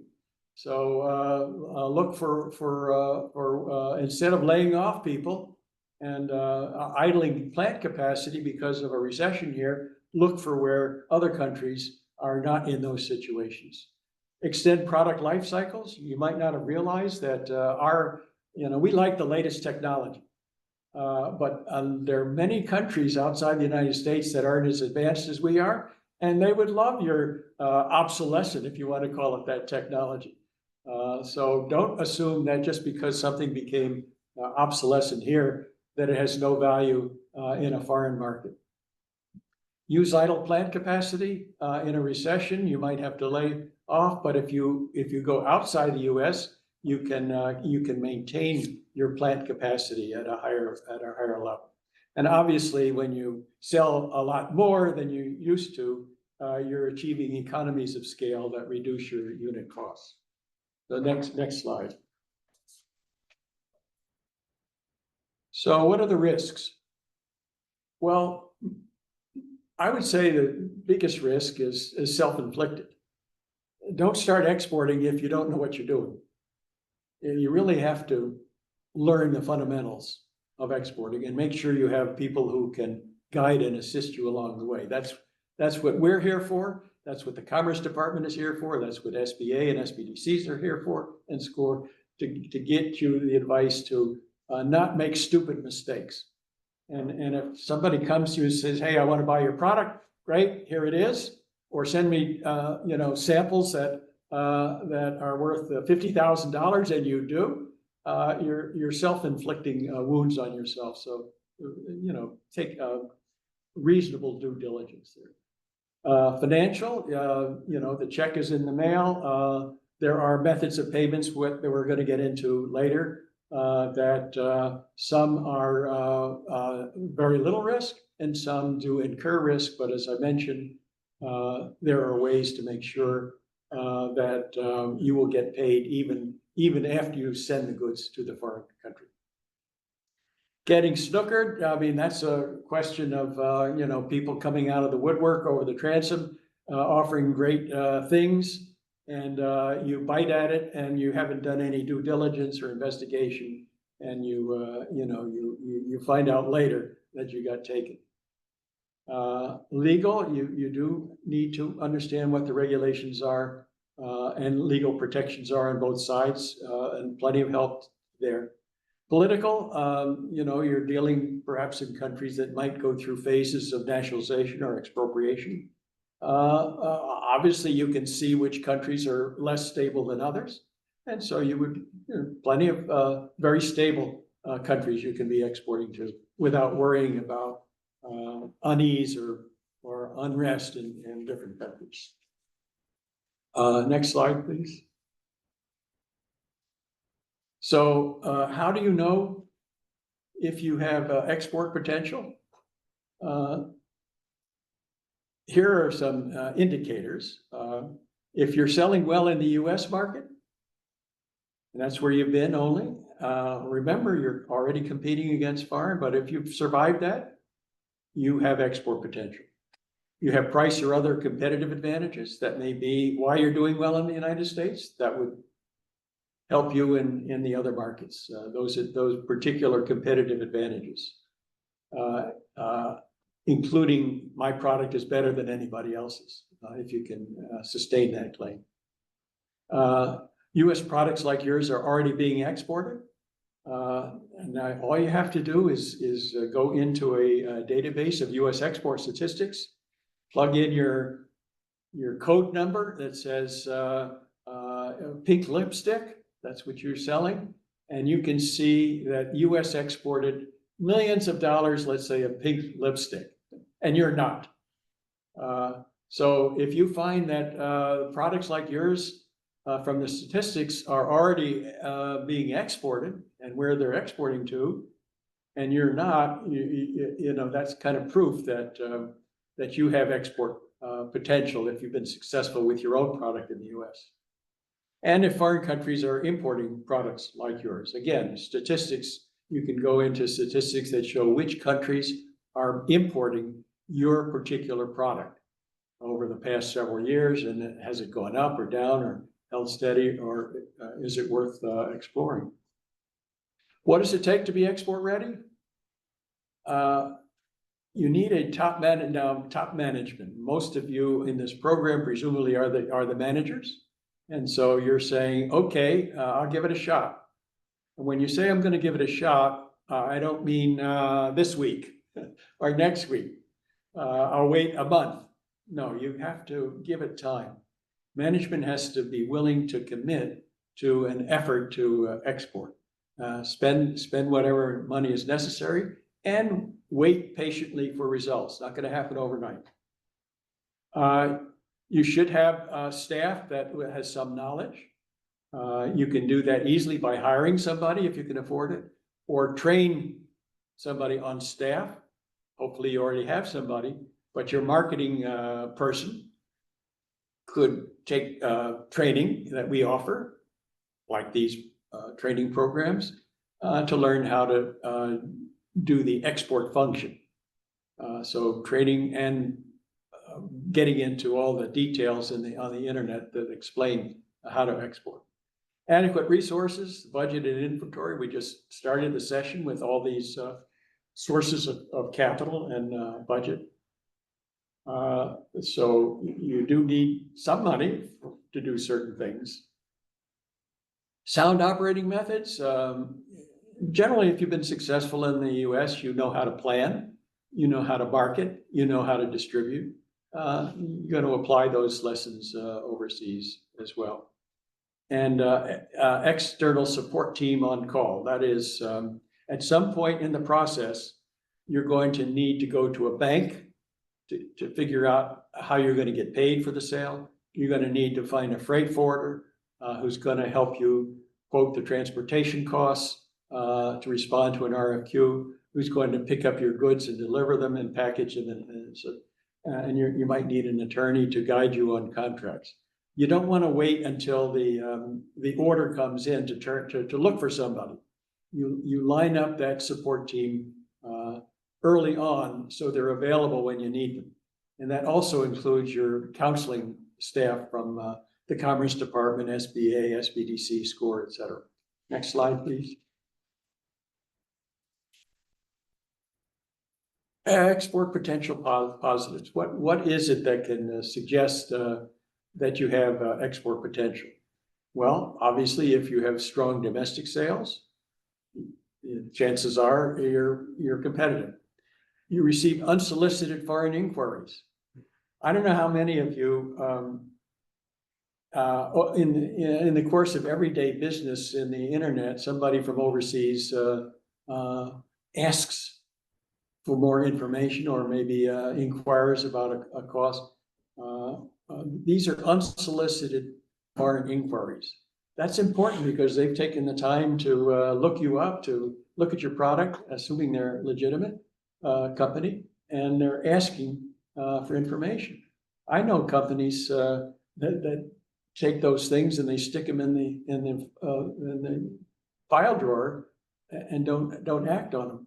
But research says that about a third of all exporters became exporters because they received unsolicited foreign inquiries. That's a terrific piece of intelligence to let you know that, hey, maybe there's something out there that you hadn't thought about, and now you're going to think about it.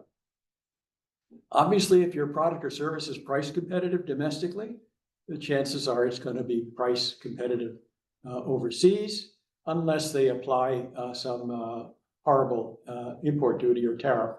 I'm not going to get into that right now, but some countries do impose tariffs. But usually in normal times, they are not prohibitive tariffs. So they're reasonable. So if you're price competitive domestically, the chances are you will be price competitive overseas as well. Obviously, if you have a unique or superior product, you have export potential, because it's where else are they going to get anything better if they can afford it and want it? And you can adapt your product to foreign cultures and regulations. In terms of adaptation to foreign cultures, you may need, they may not like a particular ingredient in a medical thing. They may not like the shape of the product because it comes across in a bad way. So there are a number of cultural adaptations you would need as well. What are the negatives from an export point of view? If it hasn't been tested in the U.S. market, that's something that's why we ask you to be in business for 1 year here, because that suggests you've already tested the market and you've survived it. So we want to be able to work with you with that knowledge in hand. Now, if your management is not really committed to export, yeah, we'll give it a shot, but we won't. We're going to apply these strictures. We won't export without payment in advance, or we won't budget funds needed for export development, or we won't hire or train anybody to handle it, or we won't allow reasonable time. If those are the way management reacts, those are negatives. And so everybody in this program, we hope management is not going to do those kinds of things. Next slide, please. So we want management, namely you out there listening right now in the RETAP. We want you to export for the right reasons, because it makes sense for you at this point in time.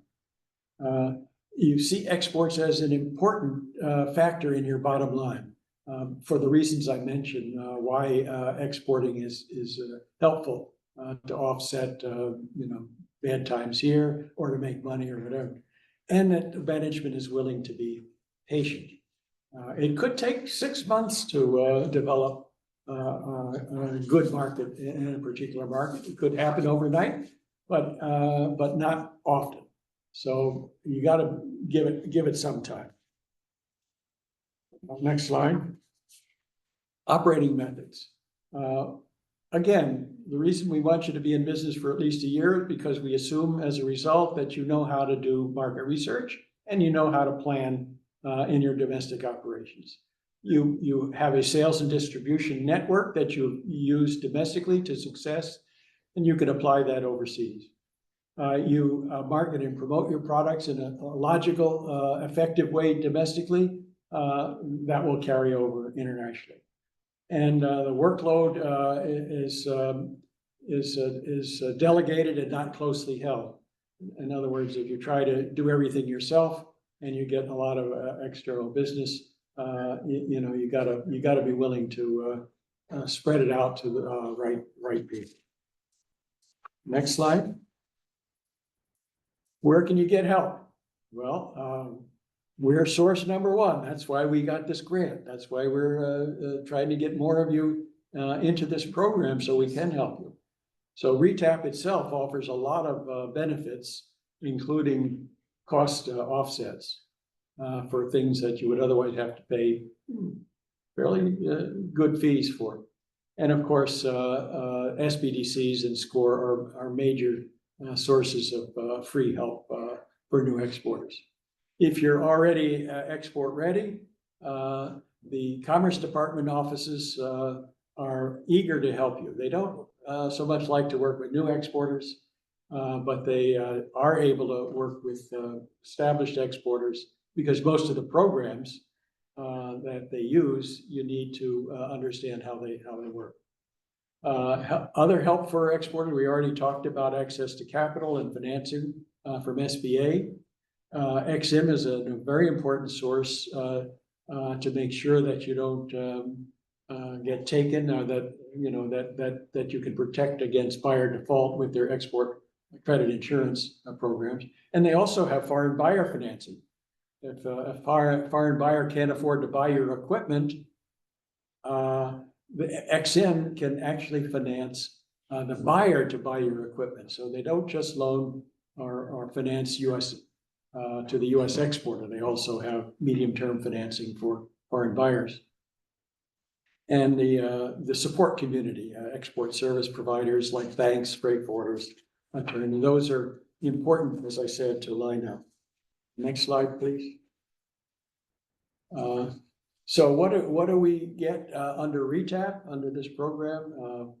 With the emphasis on free RETAP training. It's open to all individuals and organizations. We don't put any qualifications. Anybody is a guest if they don't meet the other criteria. And they all can have these 8 in-depth workshops. This is the second one. For those that want to become certified, like in accounting, there's a CPA credential. In international trade, it's a CGBP, Certified Global Business Professional, that requires pass a national exam. And we provide free 2-day boot camp, free training to become a CGBP for anybody that has at least 2 years of education and 2 years of business experience in any business. And we also have a separate 2-day boot camp if you want to become a freight forwarder or advance your skills as an existing freight forwarder. And we also have a half-day workshop for training to become an export management company. An export management company is an intermediary that if you don't want to do it yourself, you want to export, you want to sell your products overseas, but you don't want the burden. And to learn all that, you turn to a middleman in the US called an export management company or an export trading company. And that's a good function to learn how to be. And we have a half-day workshop to train you on how to be an export management company. And then we have all these free services for approved participants. And those are the ones that Simona will be working with. The one-on-one mentor, which is Simona and me, online export readiness assessment, which I'll cover later today, a competitive assessment that's done by California Manufacturing Technology Consulting. If you're a manufacturer and you have a plant around here and you want some expert to come and look over how you produce your product, is it being produced in the most efficient, productive way? They will look it over and make recommendations to improve the way you're currently producing your product. Website globalization review, very important. Commerce offers that service. We were going to discuss that in much more detail later, but the point is, if you have a website, it's probably for a US market, and there are a number of things you would want to do to make it more appealing or credible to a foreign audience.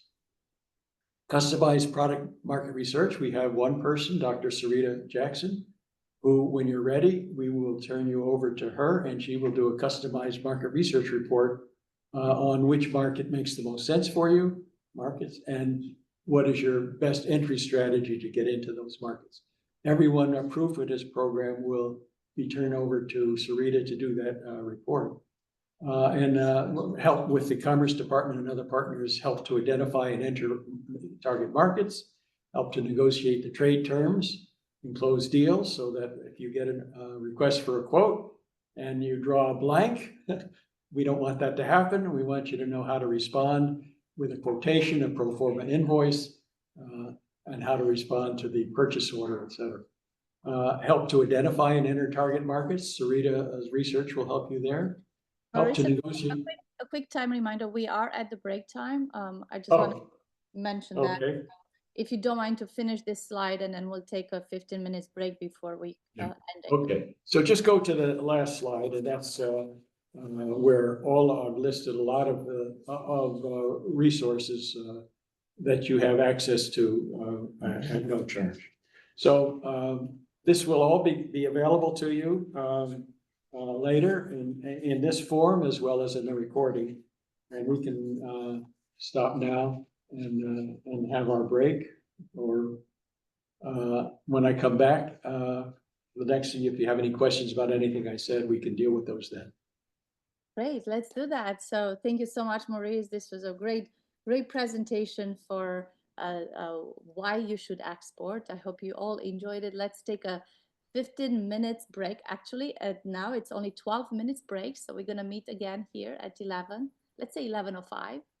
So let's take a coffee break and we'll see you all in 15 minutes. We do have questions in the chat and we're going to address them after the break. Okay.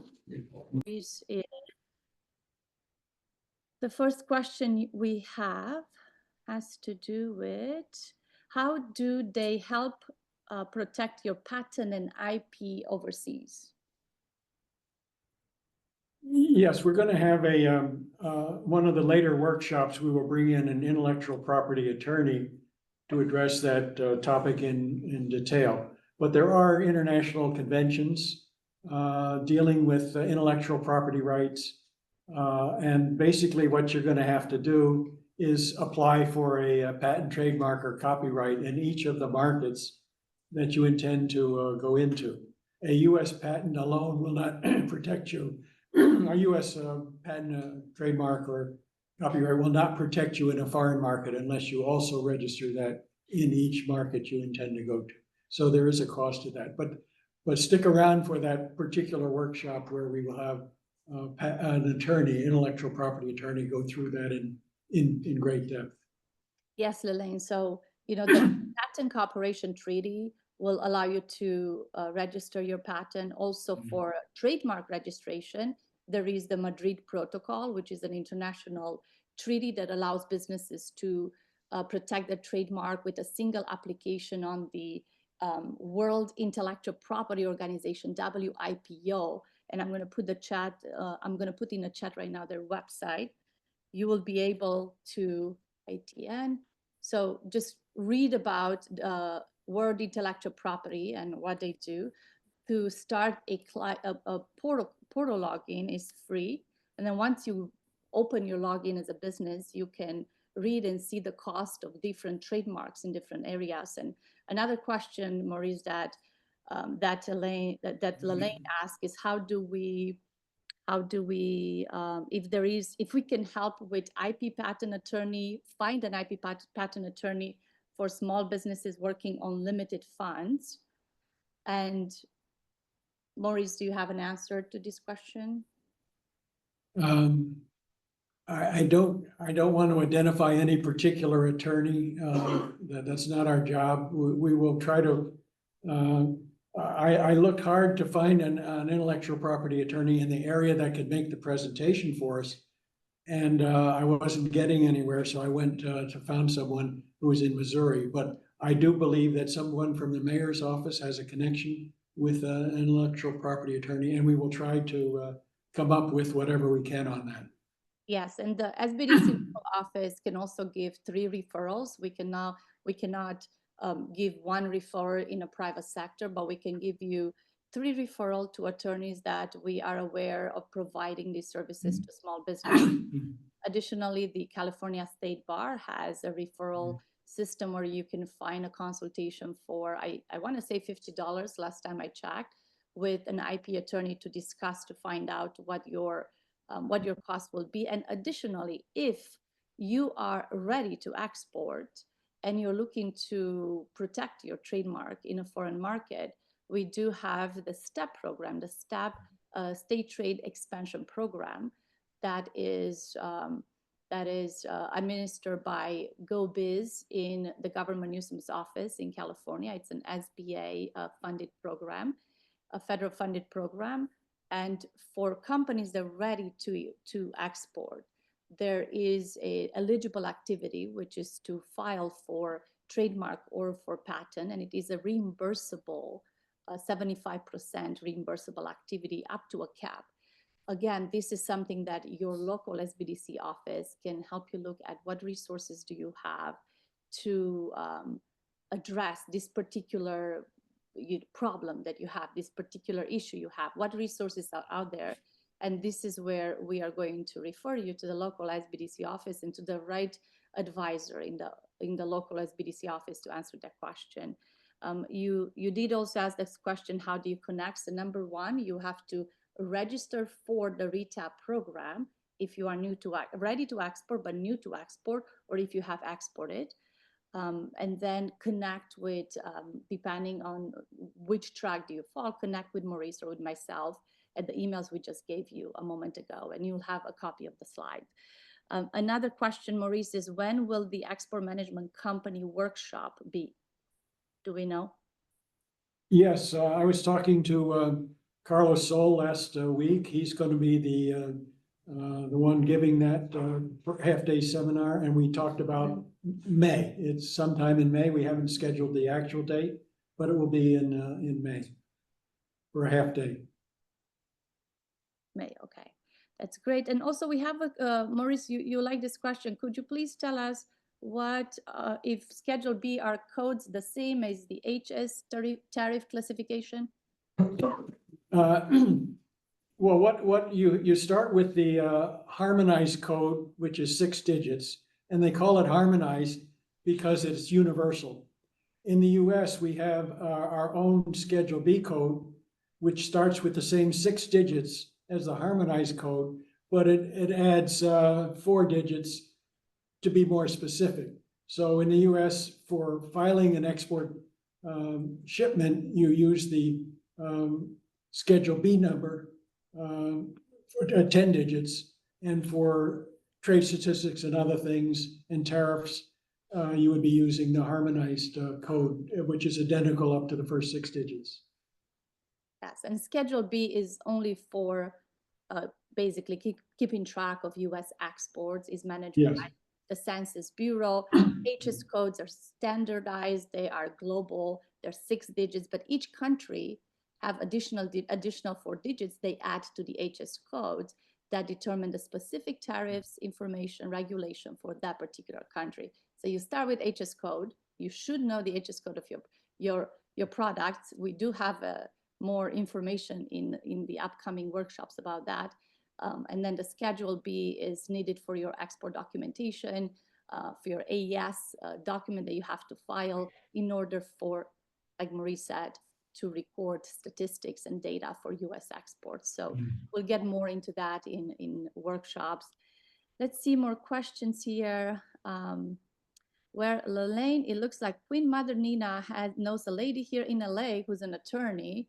So Queen Mother Nina, if you don't mind to put your email in the chat, since you offered to do a referral. Again, this referral is, I don't know who this attorney is, so just connect with somebody in the chat who knows an attorney and have a discussion about the patents. So great. Now, next we are going to continue the program today with discussing the 5 stages of export development.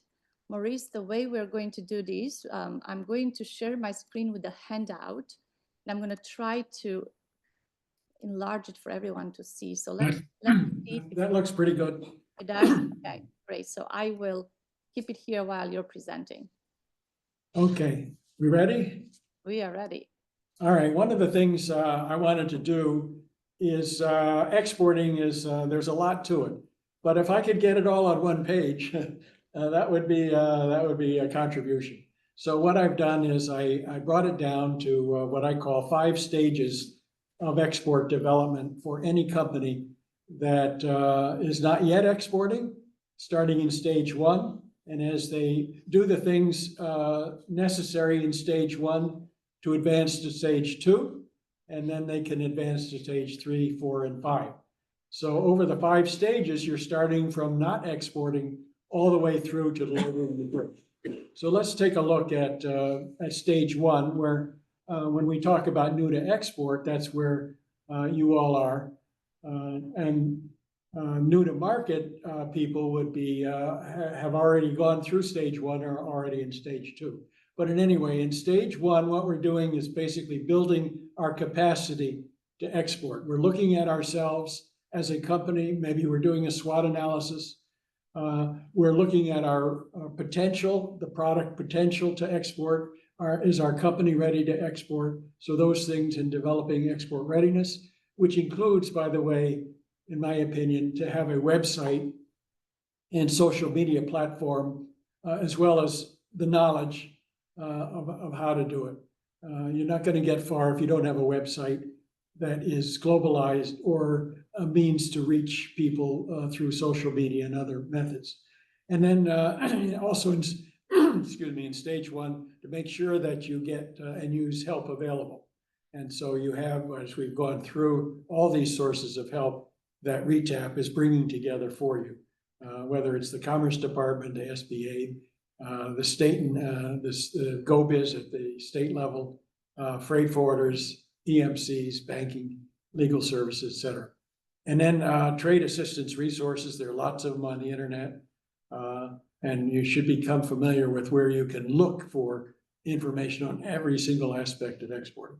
So once you're done with stage one, building your capacity, including the export readiness assessment, which we'll talk about in more detail, you're ready to move on to stage two, because your first question is, okay, I'm ready.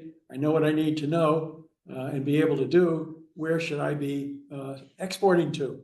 Which markets make the most sense? Once I identify those markets, what should be my market entry strategy? And how do I go about implementing the strategy I just said made the most sense? So in terms of identifying best markets, Sarita Jackson will help us there by doing a market research, customized market research for the approved clients. But you can also go onto the internet and find lots of free information about which markets make more sense than others. And what you're looking at is the competition tolerable? What are the market channels in each market? And what are the conditions and barriers in each market to determine? But the statistics will pretty much guide you to which markets are best. In other words, if you have a product and you go into the US export statistics and see that that product by its Schedule B number or harmonized code number has gone from 5 million to 20 million over 4 years, that tells you something. And not only that, but it tells you which countries it's going to up or down over that period of time. So there are plenty of ways to identify best markets with the research and the help you're going to get from us. And once you identify that market, you need a market entry plan that's going to discuss what your distribution strategy is. Should you sell direct to end users? Should you use a distributor or an agent? Should you set up an office there? Those are options for distribution and others. Well, how should you price your product for that target market? How should you promote it? And what do you need to do to adapt or localize your product for that market? And what is your ability to finance that entry strategy? Because if you can't afford to do what you just said you want to do, it's not a plan at all. So in terms of implementing it, you can find the buyers and distributors through various services like those that are listed and through your own promotion. Now, once you've identified your target market and entry strategy, you move on to stage 3. The chances are people will know who you are through your website, your promotion. You're going to begin to receive leads, or you're going to uncover leads. And the lead you really want is a request for a quote. Somebody may contact you and say, well, tell me more about your product or your company. But what you're really looking for is quote me a price. And when you start quoting a price, you need to know what Incoterms are. A price from where to where? Is it a price from my factory? Is it a price from the port of LA and you'll pick it up from there? Is it a price to get it all the way to you in Singapore or whatever? So that's the quoting of the prices. And you need to be able to negotiate what the sales and delivery terms are. We're going to have a separate workshop topic just on the subject of negotiating terms of sale. Then you want to make sure that, when you have a buyer, you're going to get paid.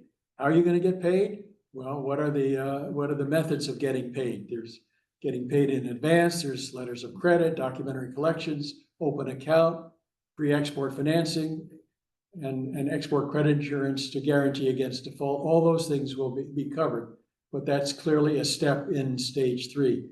to finance the sale and get paid. Once you have that in hand, you're moving on to, well, what are the regulations I have to comply with on the US side and on the foreign side? We have a separate seminar workshop just on compliance issues later on under legal do's and don'ts. But on the US side, we have export controls for national security purposes. We have a speaker on that topic, and we have other export controls on products other than for national security, such as for medical devices or pharmaceuticals, cosmetics, toxic materials, hazmat, those kinds of things may require other kinds of permissions, and you need to know what those are. Every foreign country has its own requirements to get the goods into the country. First level are the import duties. Is there a duty? What is it? And does it apply any non-tariff barriers, such as quotas or exchange controls or import permits or other kinds of things? We will cover that in great detail in a separate workshop. And then preparing the shipping documents. What are the US documents required to ship goods? What are the foreign documents required to ship goods? That will also be covered in a separate workshop. And finally, after you've complied with the regs and the documentary requirements, you reach stage 5 to deliver the goods. You need to know how to prepare the goods for delivery, to package them properly, to market, label, and pack them correctly so they don't get damaged and they comply with regulations. And you need to know how to transport the goods, and the freight forwarder will do that. So those are the 5 stages and what has to happen in each stage. Most of you are in stage 1 at this point. Some of you may be in stage 2 as new to market companies. Okay, so now we can go to the other, the rest of the session is on how to assess your export readiness and potential. And for that, we want to do a quick run through the online export readiness assessment that we're asking each of you to do so that we have that assessment. You can pull up the online export readiness assessment system. We'll run through that real quick. Well, let's not run through really quick, Maurice. Let's have a little bit of fun. I'm going to ask for a volunteer. So one of the companies in the room who would like for one of you to volunteer to answer the questions that Maurice is going to go through in the export readiness assessment. So I'm going to share my screen. First, let me put in the chat. So it will be great for all of you to do this. Everyone in the meeting, here is the export readiness assessment. Question. Yes. I'll start speaking. I'd be down to be the example, but I also was the person who asked about moving from sole proprietorship to LLC. So if there's someone who might be a better example, then I'm happy to give them that space also. Do you have products that are ready for exporting? I sell all virtual, so I do print on demand. Print on demand. It will be a little bit difficult because where the assessment will mostly look at products. Yeah, that's why I told you I don't know if I'm the best fit for it, but I want you to know I'm down to do it. So either way. Well, I appreciate you offering, and if no one else is offering, I'll come to you, but I would prefer somebody with products to offer, a brand owner, manufacturer or brand owner of physical products. That would be the best way to show the example, but Osiris, I appreciate you being there. Yeah, and perhaps maybe down the road we could have the same conversation about someone in my position who is doing print on demand. Yes, yes. Great. I do want to learn more about that. So so here's the website. I'm going to want all of you to go. So Maurice Coleman has built these really great resources and website. As some of you have noted and wrote to me, some of the links on the website are not working, and that's correct. There is some glitching. Maurice is addressing that with his IT team. However, the one that we are using for the RETAP program is working. So if you go to the homepage of the Trade Compliance Institute, and then you go to Export Startup Kit, and I'm presenting that. And then you scroll down to the export readiness assessment. And you click on export readiness assessment. If you are new, this is the first time you join the website, click on register. So take a moment right now. I put it in the chat for you, the link to the website. So take a moment to register. I'm just going to give you all a few,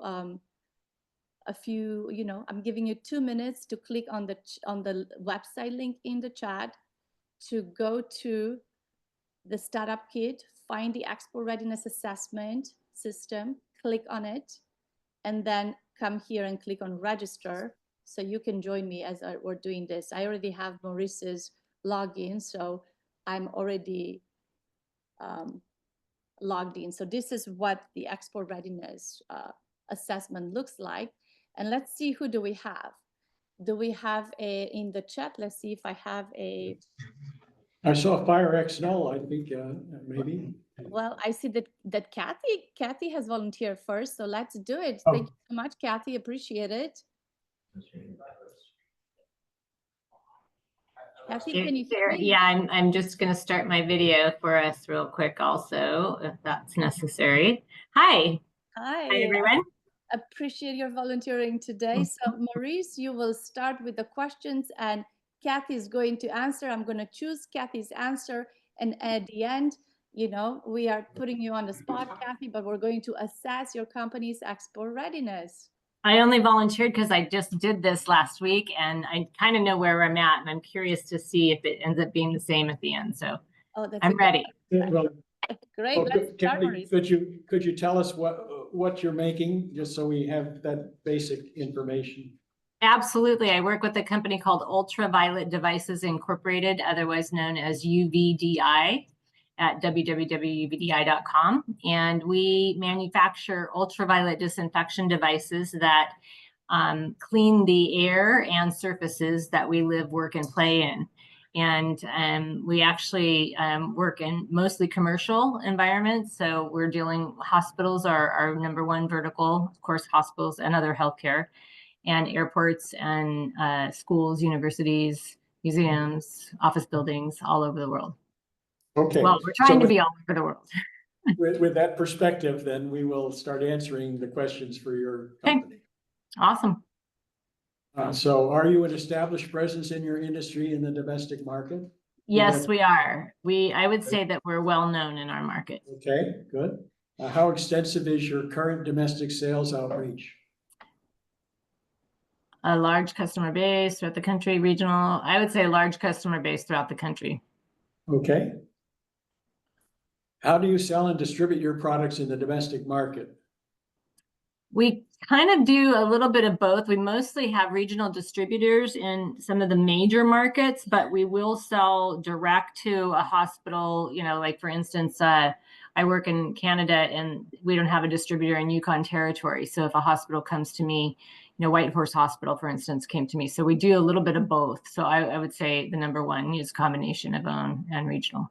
Kathy, this is just for the domestic market, so not Canada, in the US only. Oh, yes. Okay. In the US, it's the same. I just use that as an example, but yeah, in the US, it's the same. Some of the smaller markets, we don't have distributors for. And do you customarily conduct market research and planning for your domestic operations? Yes, always. Okay. To what extent do you advertise and promote your product in the domestic market? I'd say fairly aggressively. Okay. Yeah, fairly aggressively. Do any of your current managers or staff have export marketing or sales experience? Some Okay. experience. Has your company received any unsolicited inquiries from foreign firms? Many. All right. That's a good sign. Could you promptly fill any new export orders from present inventory or other sources? Easily. All right. How would you handle any new or additional export business within your organization? Probably hire more staff if All we right. needed to staff up. We already really have, I'm establishing the export department. I'm the export manager right now, and I have, you know, staff behind me to help me with logistics and so on. And what's the current status of your export activity? We export to some markets right now. We have Canada and Mexico mainly. So mainly we've been in North America, and we've handled a few things in Caribbean and some of the other markets, Middle East, and a couple Singapore and a couple other markets. But that was just, you know, when they came to us. We want to be more proactive in our exporting. All right. Is your top management, namely you, committed to exporting as a new or expanded area of activity? I want to say yes, absolutely. First of all, I'm committed, but also all the way up to the owner of our company is strongly committed to it. Okay, great. And how much per year could you afford to spend on export development? I answered this the other day, 26 to 50,000, but I think the company's open to, you know, working and doing even more than that if necessary, if they saw there was a good ROI for it. Okay. All right, now we're moving into category B. So far, we've talked about the company's readiness. Now we're going to be talking about the readiness or potential of the product. So how long would your management be willing to wait to achieve acceptable export results? I answered this. I wasn't sure really how to answer this because nobody's ever told me, hey, you have 3 years to do this, or you have 6 months to do this. I think that we'd be willing to go up to 3 years, really. I mean, we want to see, you know, results as quickly as possible, but I think up to 3 years. We understand that moving into new markets may take some time. It takes time to develop relationships, to really learn what we're doing. So I think up to 3 years is a good answer. Okay, have domestic sales of your product grown over the past 3 years? Average? Yes, I want to say 6 to 10%. Okay, and your product's current share of the domestic market? Oh, I think I want to say probably 21 to 40% is a good guess. Okay. Is your product price competitive in the domestic market? Yes. Highly? Yeah, highly competitive. I wouldn't say we're not the cheapest, but we don't want to be the cheapest, right? So okay. I'd still say highly competitive because of our USP. All right. What payment terms would you be willing to offer reputable foreign buyers? So reputable foreign buyers, we've done, you know, up to 60 days in the past for reputable buyers, and we actually usually work them up to that by doing, you know, payment in advance at first, and then half and half, and then, you know, see how it goes. But I'm excited about the XM Bank because that's going to help us, I think, in the future too. Right. Okay. Does your product compare favorably with domestic competitors in features and benefits? Very favorably. And would you be willing to adapt your product and or packaging to better suit foreign markets? I'm going to say only willing on this.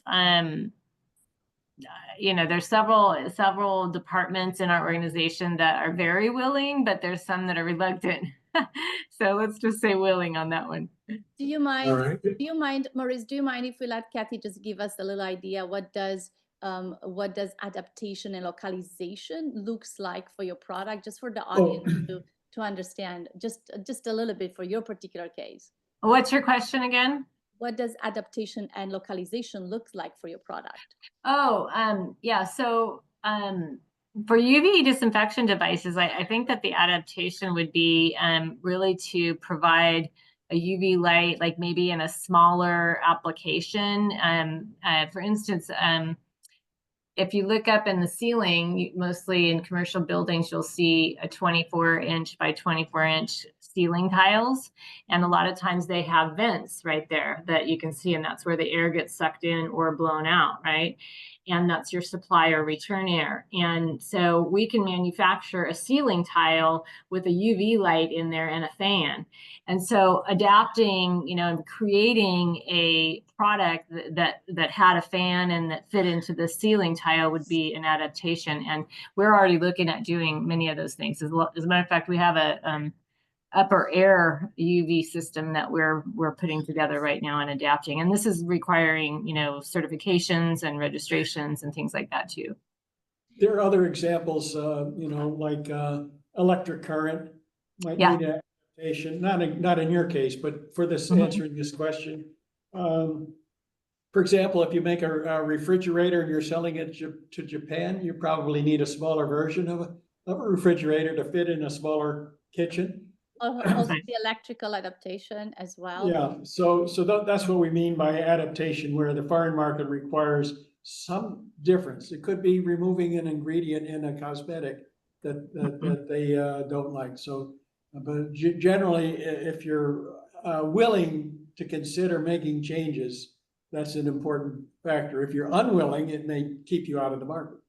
Right. And actually electrical is a very easy one. I'm surprised I didn't think about that first too, because we have had to do that where we had to put a type G plug for a certain country, you know, on one of our devices. So yeah, very, very easy. All right. Your product obviously is not costly to transport over long distances, probably, right?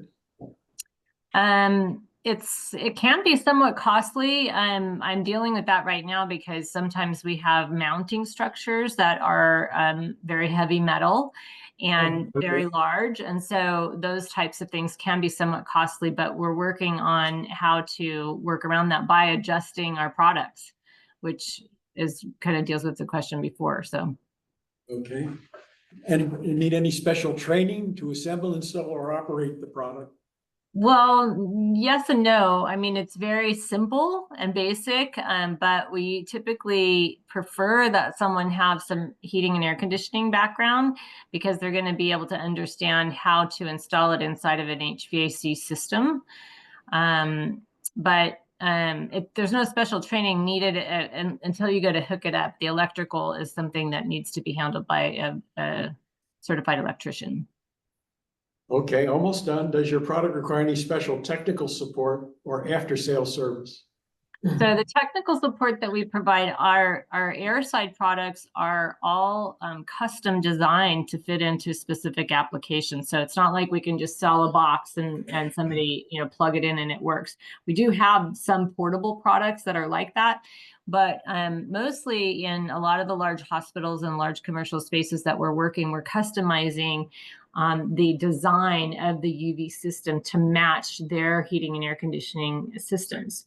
So there's, you know, special technical support that's required in designing it to meet what their result needs to be.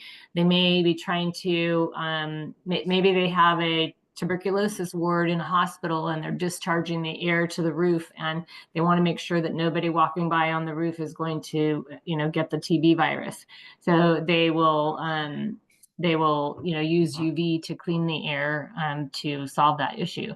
So definitely technical support on the customization of it. After sales service, yeah, I mean, we definitely make sure that we provide installation services, you know, once the sale is made.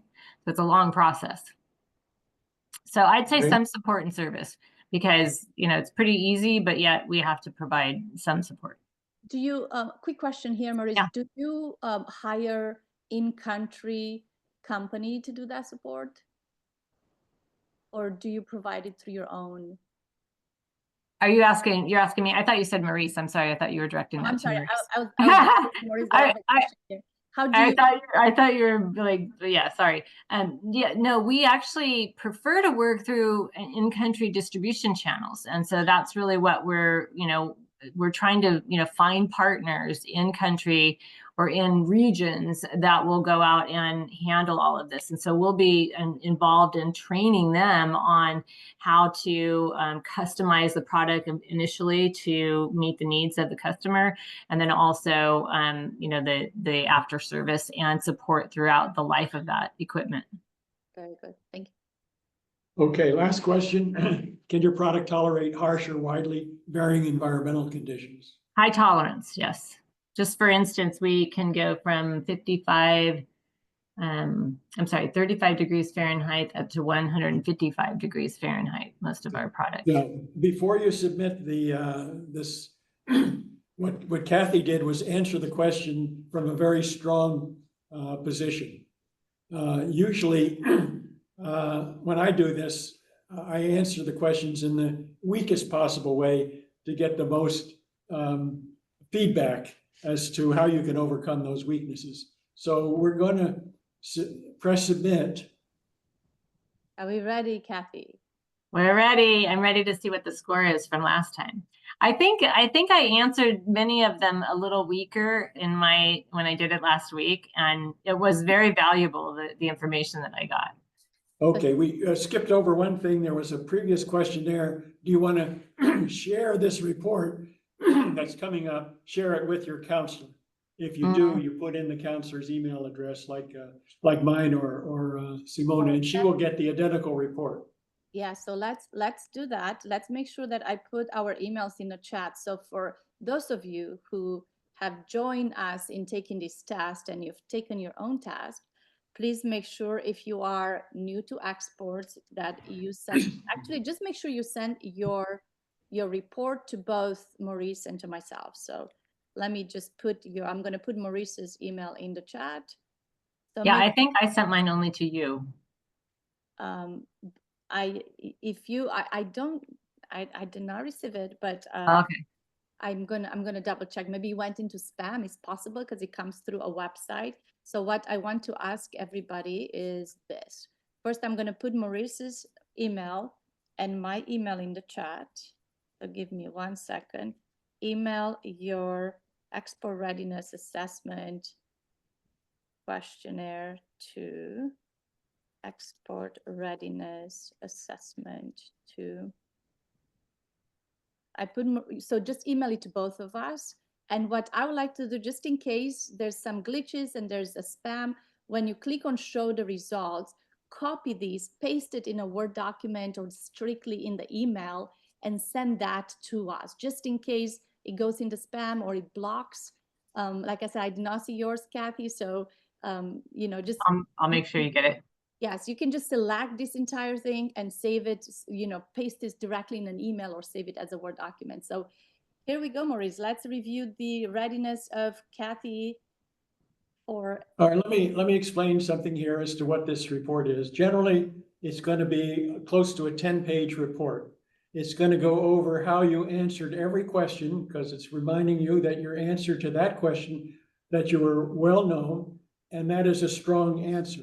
If you answered the question, nobody ever heard of me, which was basically one of the options, it would say not well known, and your score would be much lower.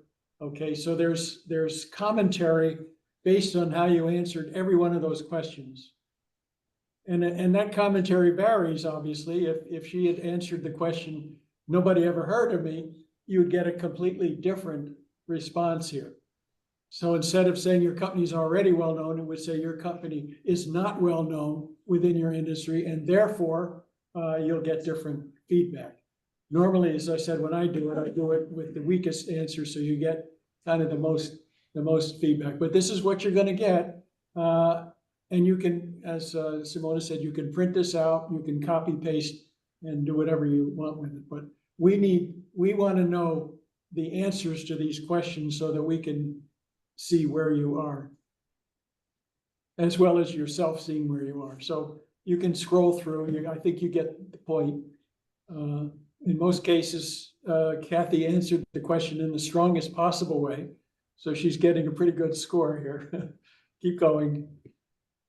Okay, I just want to answer a question. Somebody asked, what is export readiness assessment?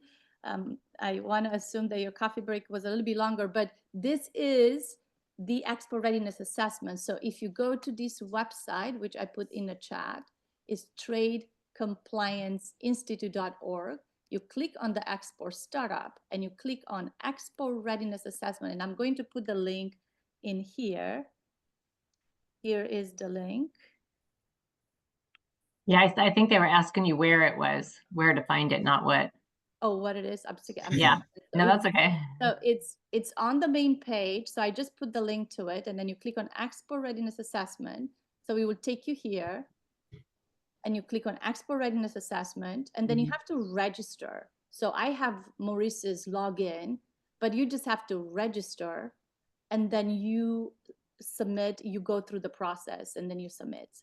So hopefully that is clear. Please let me know. You're welcome. And I didn't mean to say you had coffee, but I thought you're asking what is export readiness. This is the assessment that we are taking. So now, Maurice, if you like to kind of go through the assessment right now with Kathy. Well, I don't know that I mean, it's pretty self-evident. I would point out that in order to get this content for Kathy, there are obviously several different texts that could have been produced. So the system has algorithms built into it to pull up the correct text based on how the question was answered. Okay. Now, this text was written some time ago. And so in some cases, it refers to websites for more clarification or for more amplification. Those websites that were valid 15 years ago probably don't work anymore. So all the information itself, the guidance is good, but if it refers to a particular website that with a link in it, that link would not probably work today. But there are links that would apply. And if I rewrite this thing, I would either put the new link in or decide how to avoid links because they invariably go out of date at some point in time. So Maurice, my score last week was a 63 when I did it, and I did answer some things. I thought it should be strong, and then I would go ahead and mark it less, because you had mentioned if you go in and you mark it, less than what you're capable of doing, then you're going to get more information about that. And so I did that, and the information that I got back was very valuable. Even the ones that are showing neutral gave me a lot of great information on how to, really make that a very strong point for the company. Yeah, the score is kind of, people say, well, what is my score? How did I make out?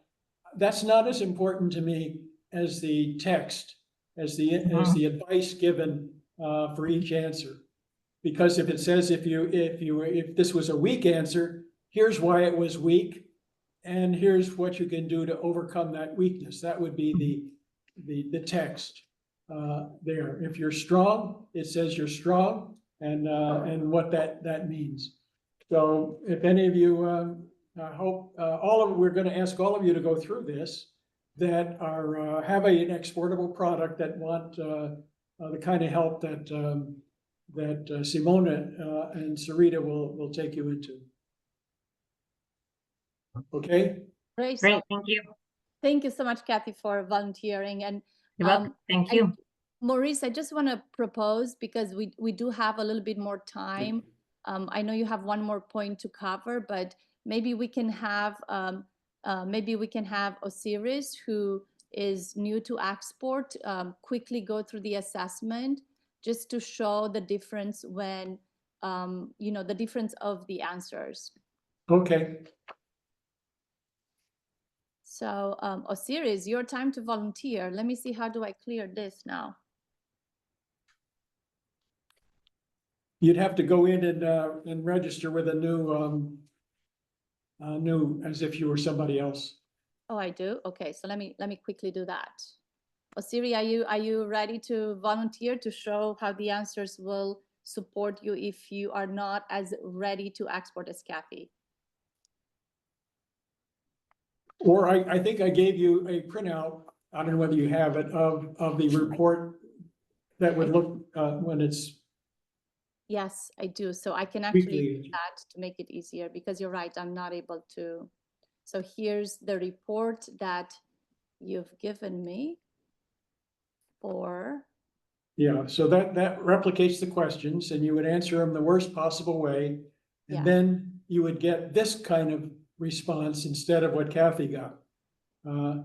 Comment, weak. The fact that your company is not yet well known or established domestically, what is the significance of that? Sell to a few local customers instead of a lot. That's a very weak answer, because you only have a few customers, blah, blah, blah. So you see the response is totally different from what Kathy got, because these were very weak answers.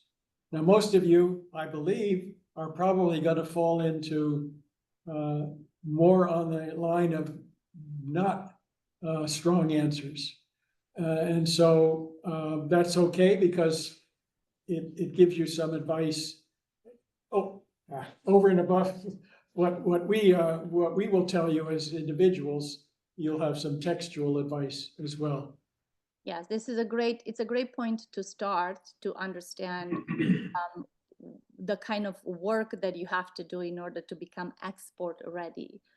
So I hope you're all taking this test and sending us a copy so it will help us to assess which category is it, the 101 or the 201 that you will fall under.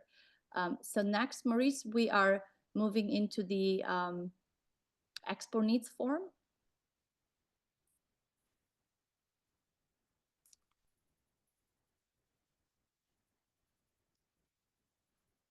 Okay, so one of the things we need to know from you is what are the needs you have at the point you're now at? I have identified 32 potential needs for export help here in 3 columns. One is, do you need it right away? Do you need it in 3 to 6 months? Or have you already met the need? And so this is online. I think when you go to the regular site, you will see a form like this.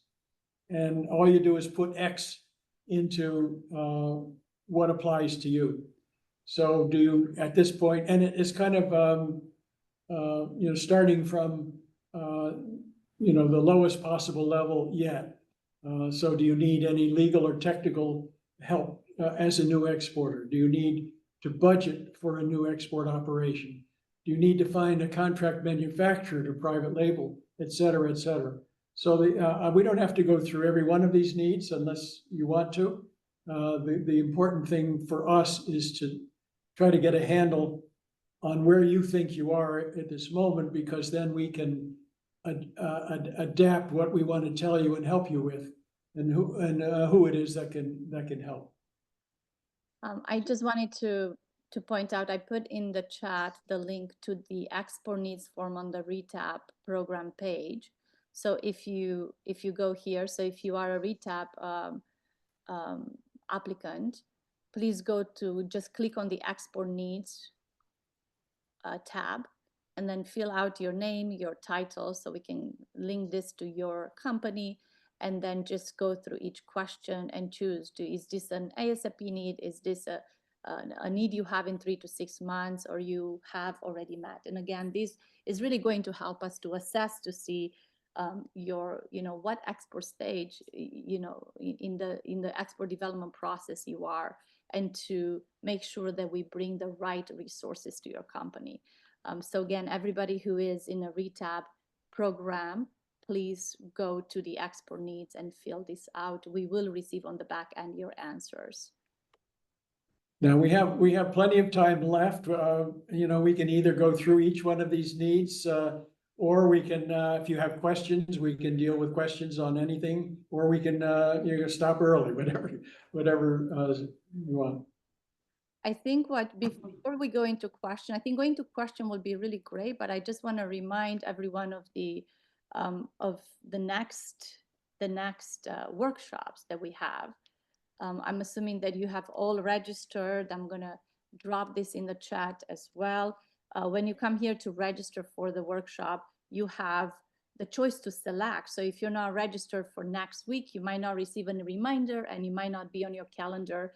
But next week, we're going to cover how to use AI to your export advantage. We're going to talk about e-commerce for your export sales. I think a lot of you are interested in e-commerce.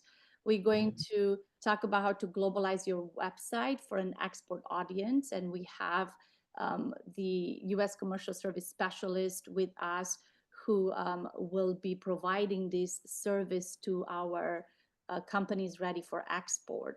So he's going to cover on what the website globalization review from the U.S. Commercial Service looks like, and how is that going to support you in expanding globalizing your website. Then on April 2nd, we're going to talk about how to identify best markets to find and enter export markets. We then going to talk about on April 16, we do have I think we're missing one Wednesday when Maurice is at a conference. So from April 2nd, we're going to move to April 16. We'll talk about making export sales and getting pay, and how to respond to requests for quotation, how to negotiate terms and close a deal. Very important is you have all this information, you learn about export, you're ready to export. How do you close a deal, and what does that entail, and how do you close a deal sooner? Some deals can take a year to close, but what kind of information is required from the buyer and the seller to come together to fill out this form in order to close the deal, the purchase order, the request for quotation, the pro forma invoice. So we are going through all of these. We're breaking down all of the elements that build export success. We do have a legal session on cybersecurity, on export regulation, on import regulations, foreign import regulation, protecting intellectual property, as we talked today, preparing your exports for good. How do you package your products for good? Very important as well. And then on May 7 is when we wrap up the section. In the meantime, share the program with all of your network. We do take new applicants even while we started the workshops. If we have a new applicant and they missed workshop 1 and 2, they will have to watch the videos. So we do send the videos out, and it's mandatory for those who are part of the program to be here so they can interact and learn from the workshops. But there is an option to go back and watch the videos and ask us questions if you missed workshop 1 and 2. So I think if you have, let's address questions right now about the program, about everything we heard today. Including if you have a topic you want covered and you couldn't tell whether we were already covering it, you can certainly ask, what about, are you going to cover this, that, or the other? So that's a fair question to ask as part of this as well. So let's see if we have any question. I go back and answer, get more information. Let me see, I think I see a question coming in. Before we schedule a mentor appointment with you, should we do the assessment and the export needs first? Yes, we decide if you will have a mentor appointment based on your application. So step number 1, let me just bring back my, I'm going to bring back my slide just to make sure that we go through all the steps. So step number 1 is for you to register for the program. Again, in order for you to register for the program, you need to be eligible. That means you are based in California, you are a brand owner, you've been in business for a year, and you're registered with the state of California to do business. Or if you're a sole proprietorship, you are registered with your county. You do have exportable products and or services that are at least 51% made in the United States. You are new to exports or occasionally export, or you are more of an experienced exporter like Kathy, for example. So if you meet this eligibility, so now if you don't have a product and that is a 51%, you won't be able to be part of the program. So you can join the workshops and you can access all the information, connect with SCORE, connect with SBDC locally, and join the workshops to learn, but you won't be able to join the program if you don't meet this qualification. And additionally, we didn't have enough room here, but you also have to have a functional website, because it's really hard to present yourself to foreign markets if you don't have a website. So the first step, if you meet the eligibility, you have to apply for the program. So this is the website. I'm going to put these in the chat just so you have it. So step 1, register for the program. Once you register for the program on the website, and I'm going to actually show you on the website what you have to do.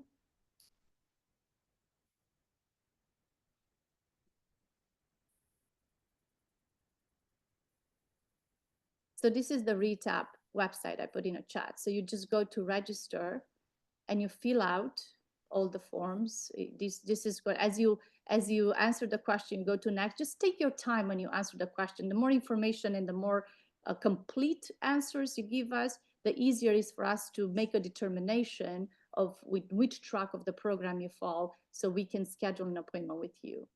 and then complete the export needs as well. So do complete the export needs so we understand what your needs are. And then also make sure that you do the export assessment that we just discussed, so we also understand where you are in the process. Now, if you don't get to do the export assessment, we will ask you to do that before we can move forward. So on the back end, we're going to receive your application, we're going to read it, and the RETAP team is going to review it and make a decision. And then you're going to be placed in track 1, 2, or 3. And you're going to sign a participation agreement with the Los Angeles Chamber, our grant administrator. We make sure you fill out that export readiness. And again, if you apply for RETAP and you are new to exports and you haven't heard back from us yet because we haven't gotten to you, please email Maurice Kogan and let him know that you applied and you're ready for the next step. If you applied and you think you are in the track 2, meaning you have some experience and you're ready to expand, please email me, jdtstrey@gmail.com. I will send you a link to my calendar to schedule a meeting with me. And then we'll move through the next steps, which is meeting with Dr. Sarita Jackson, referring you to the right partner action group member in our ecosystem to work with them.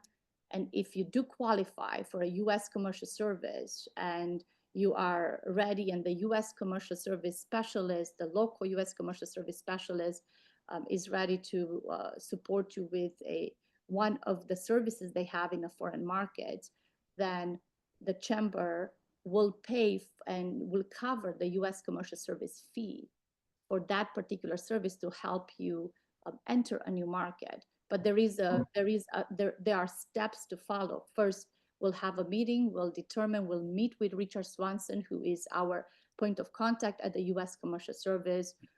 We'll discuss your readiness. We'll have some information from Dr. Sarita Jackson about your market of interest. And there's a questionnaire, there's a separate participation agreement with the U.S. Commercial Service.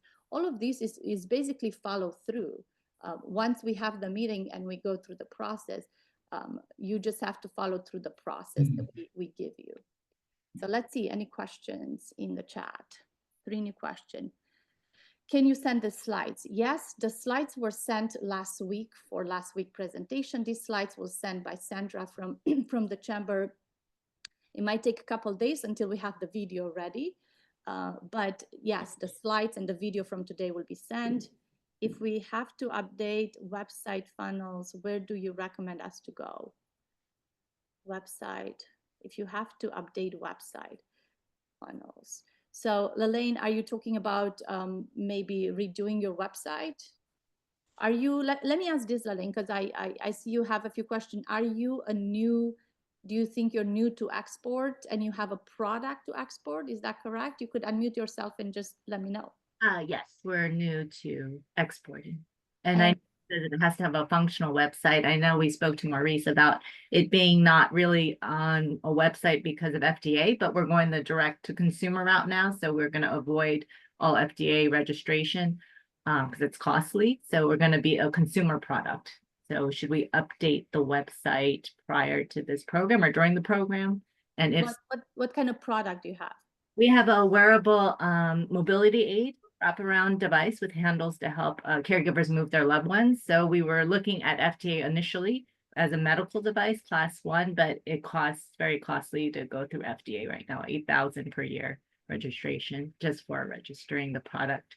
So you won't be able to export the product if you don't have your FDA registration in the US, because for you to enter a foreign market, if you fall under medical device, you're going to need your registration with FDA in order to obtain approval to enter a foreign market. So the first step for entering a foreign market is that you comply with the United States regulatory compliance for that product in the market. So if you're a medical device and you need specific certificates, those are going to be required because you're going to apply for the FDA in the foreign market for approval, and you're going to apply for a specific certificate like a CE mark in Europe that will be very much based on your documentation with the FDA here. It will be very hard for you to export your product I mean, it's impossible to clear customs in a foreign market without you having your regulatory compliance in order in the US.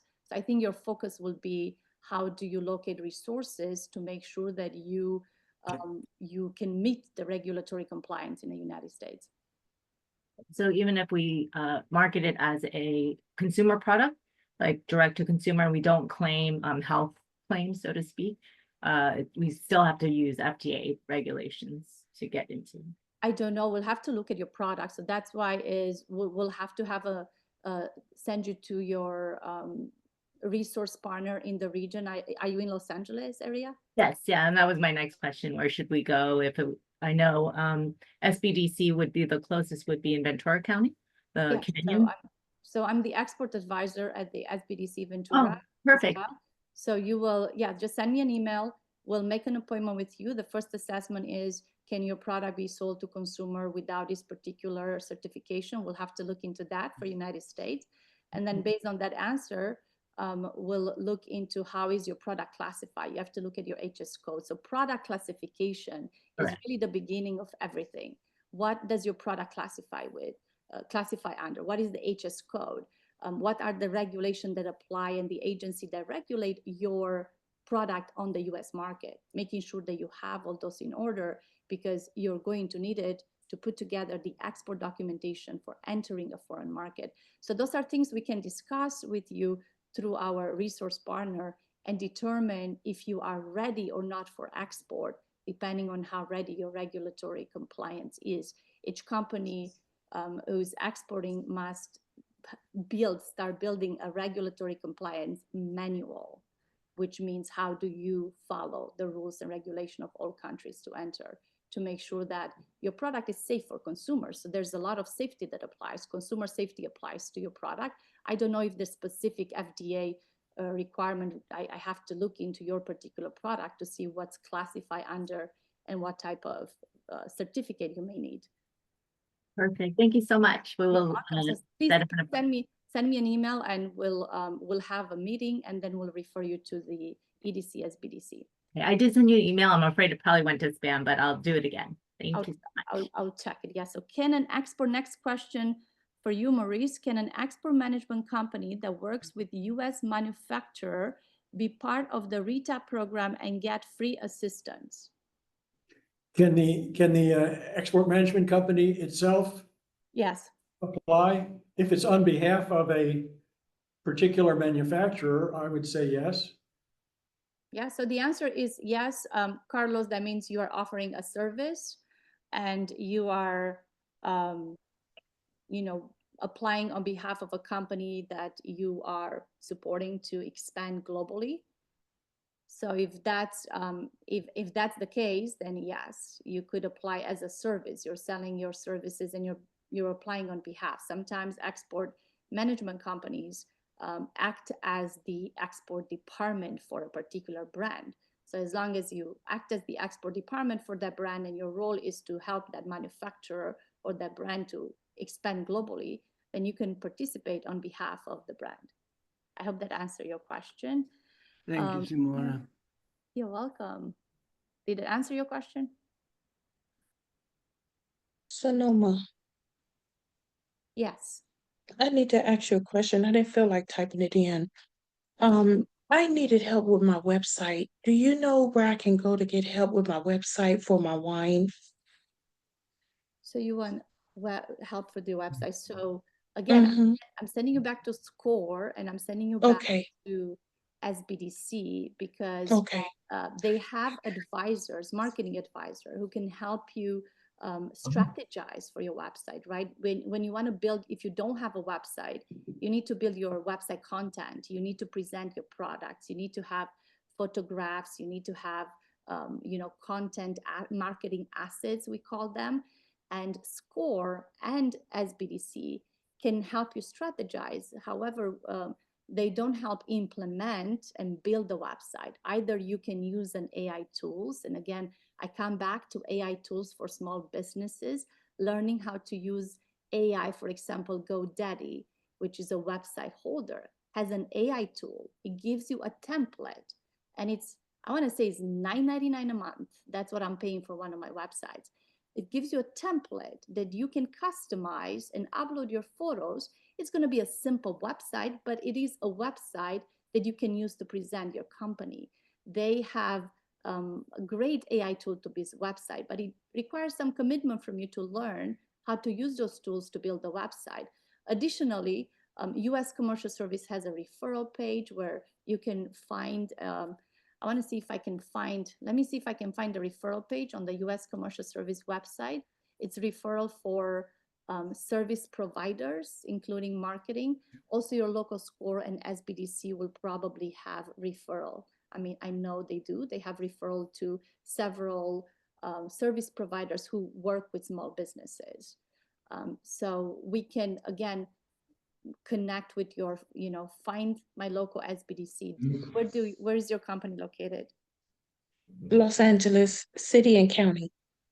City and county. So for that, you belong, put your code into this chat. I'm putting a link in a chat, which is find my local SBDC, put your zip code in there, see which center is your local center, and just give them a call, connect with them. Because if you don't have a website, it's really hard for you to start exporting, because you don't have a way of presenting who you are and what you sell. So that means you're not ready for export. So you're ready, you can join all the workshops, but connect with SCORE and connect with SBDC to obtain support to build your website. Any other questions for us? And again, we still have a little bit of time. I think, Sandra, we can stop the recording on this session so everybody can just feel free to ask a question. Feel free to leave if you like, because we have concluded today's workshop. And I hope you found the information to be useful. Again, remember, we're going to talk about AI next session. We're going to talk about e-commerce, very important. So it's really, exporting is really not just about selling products, but it's about building a long-term strategic approach. And that's really what we're trying to be here, to help you build a global mindset, to understand the resources and to understand the steps that you have to navigate to build a strategy for export. So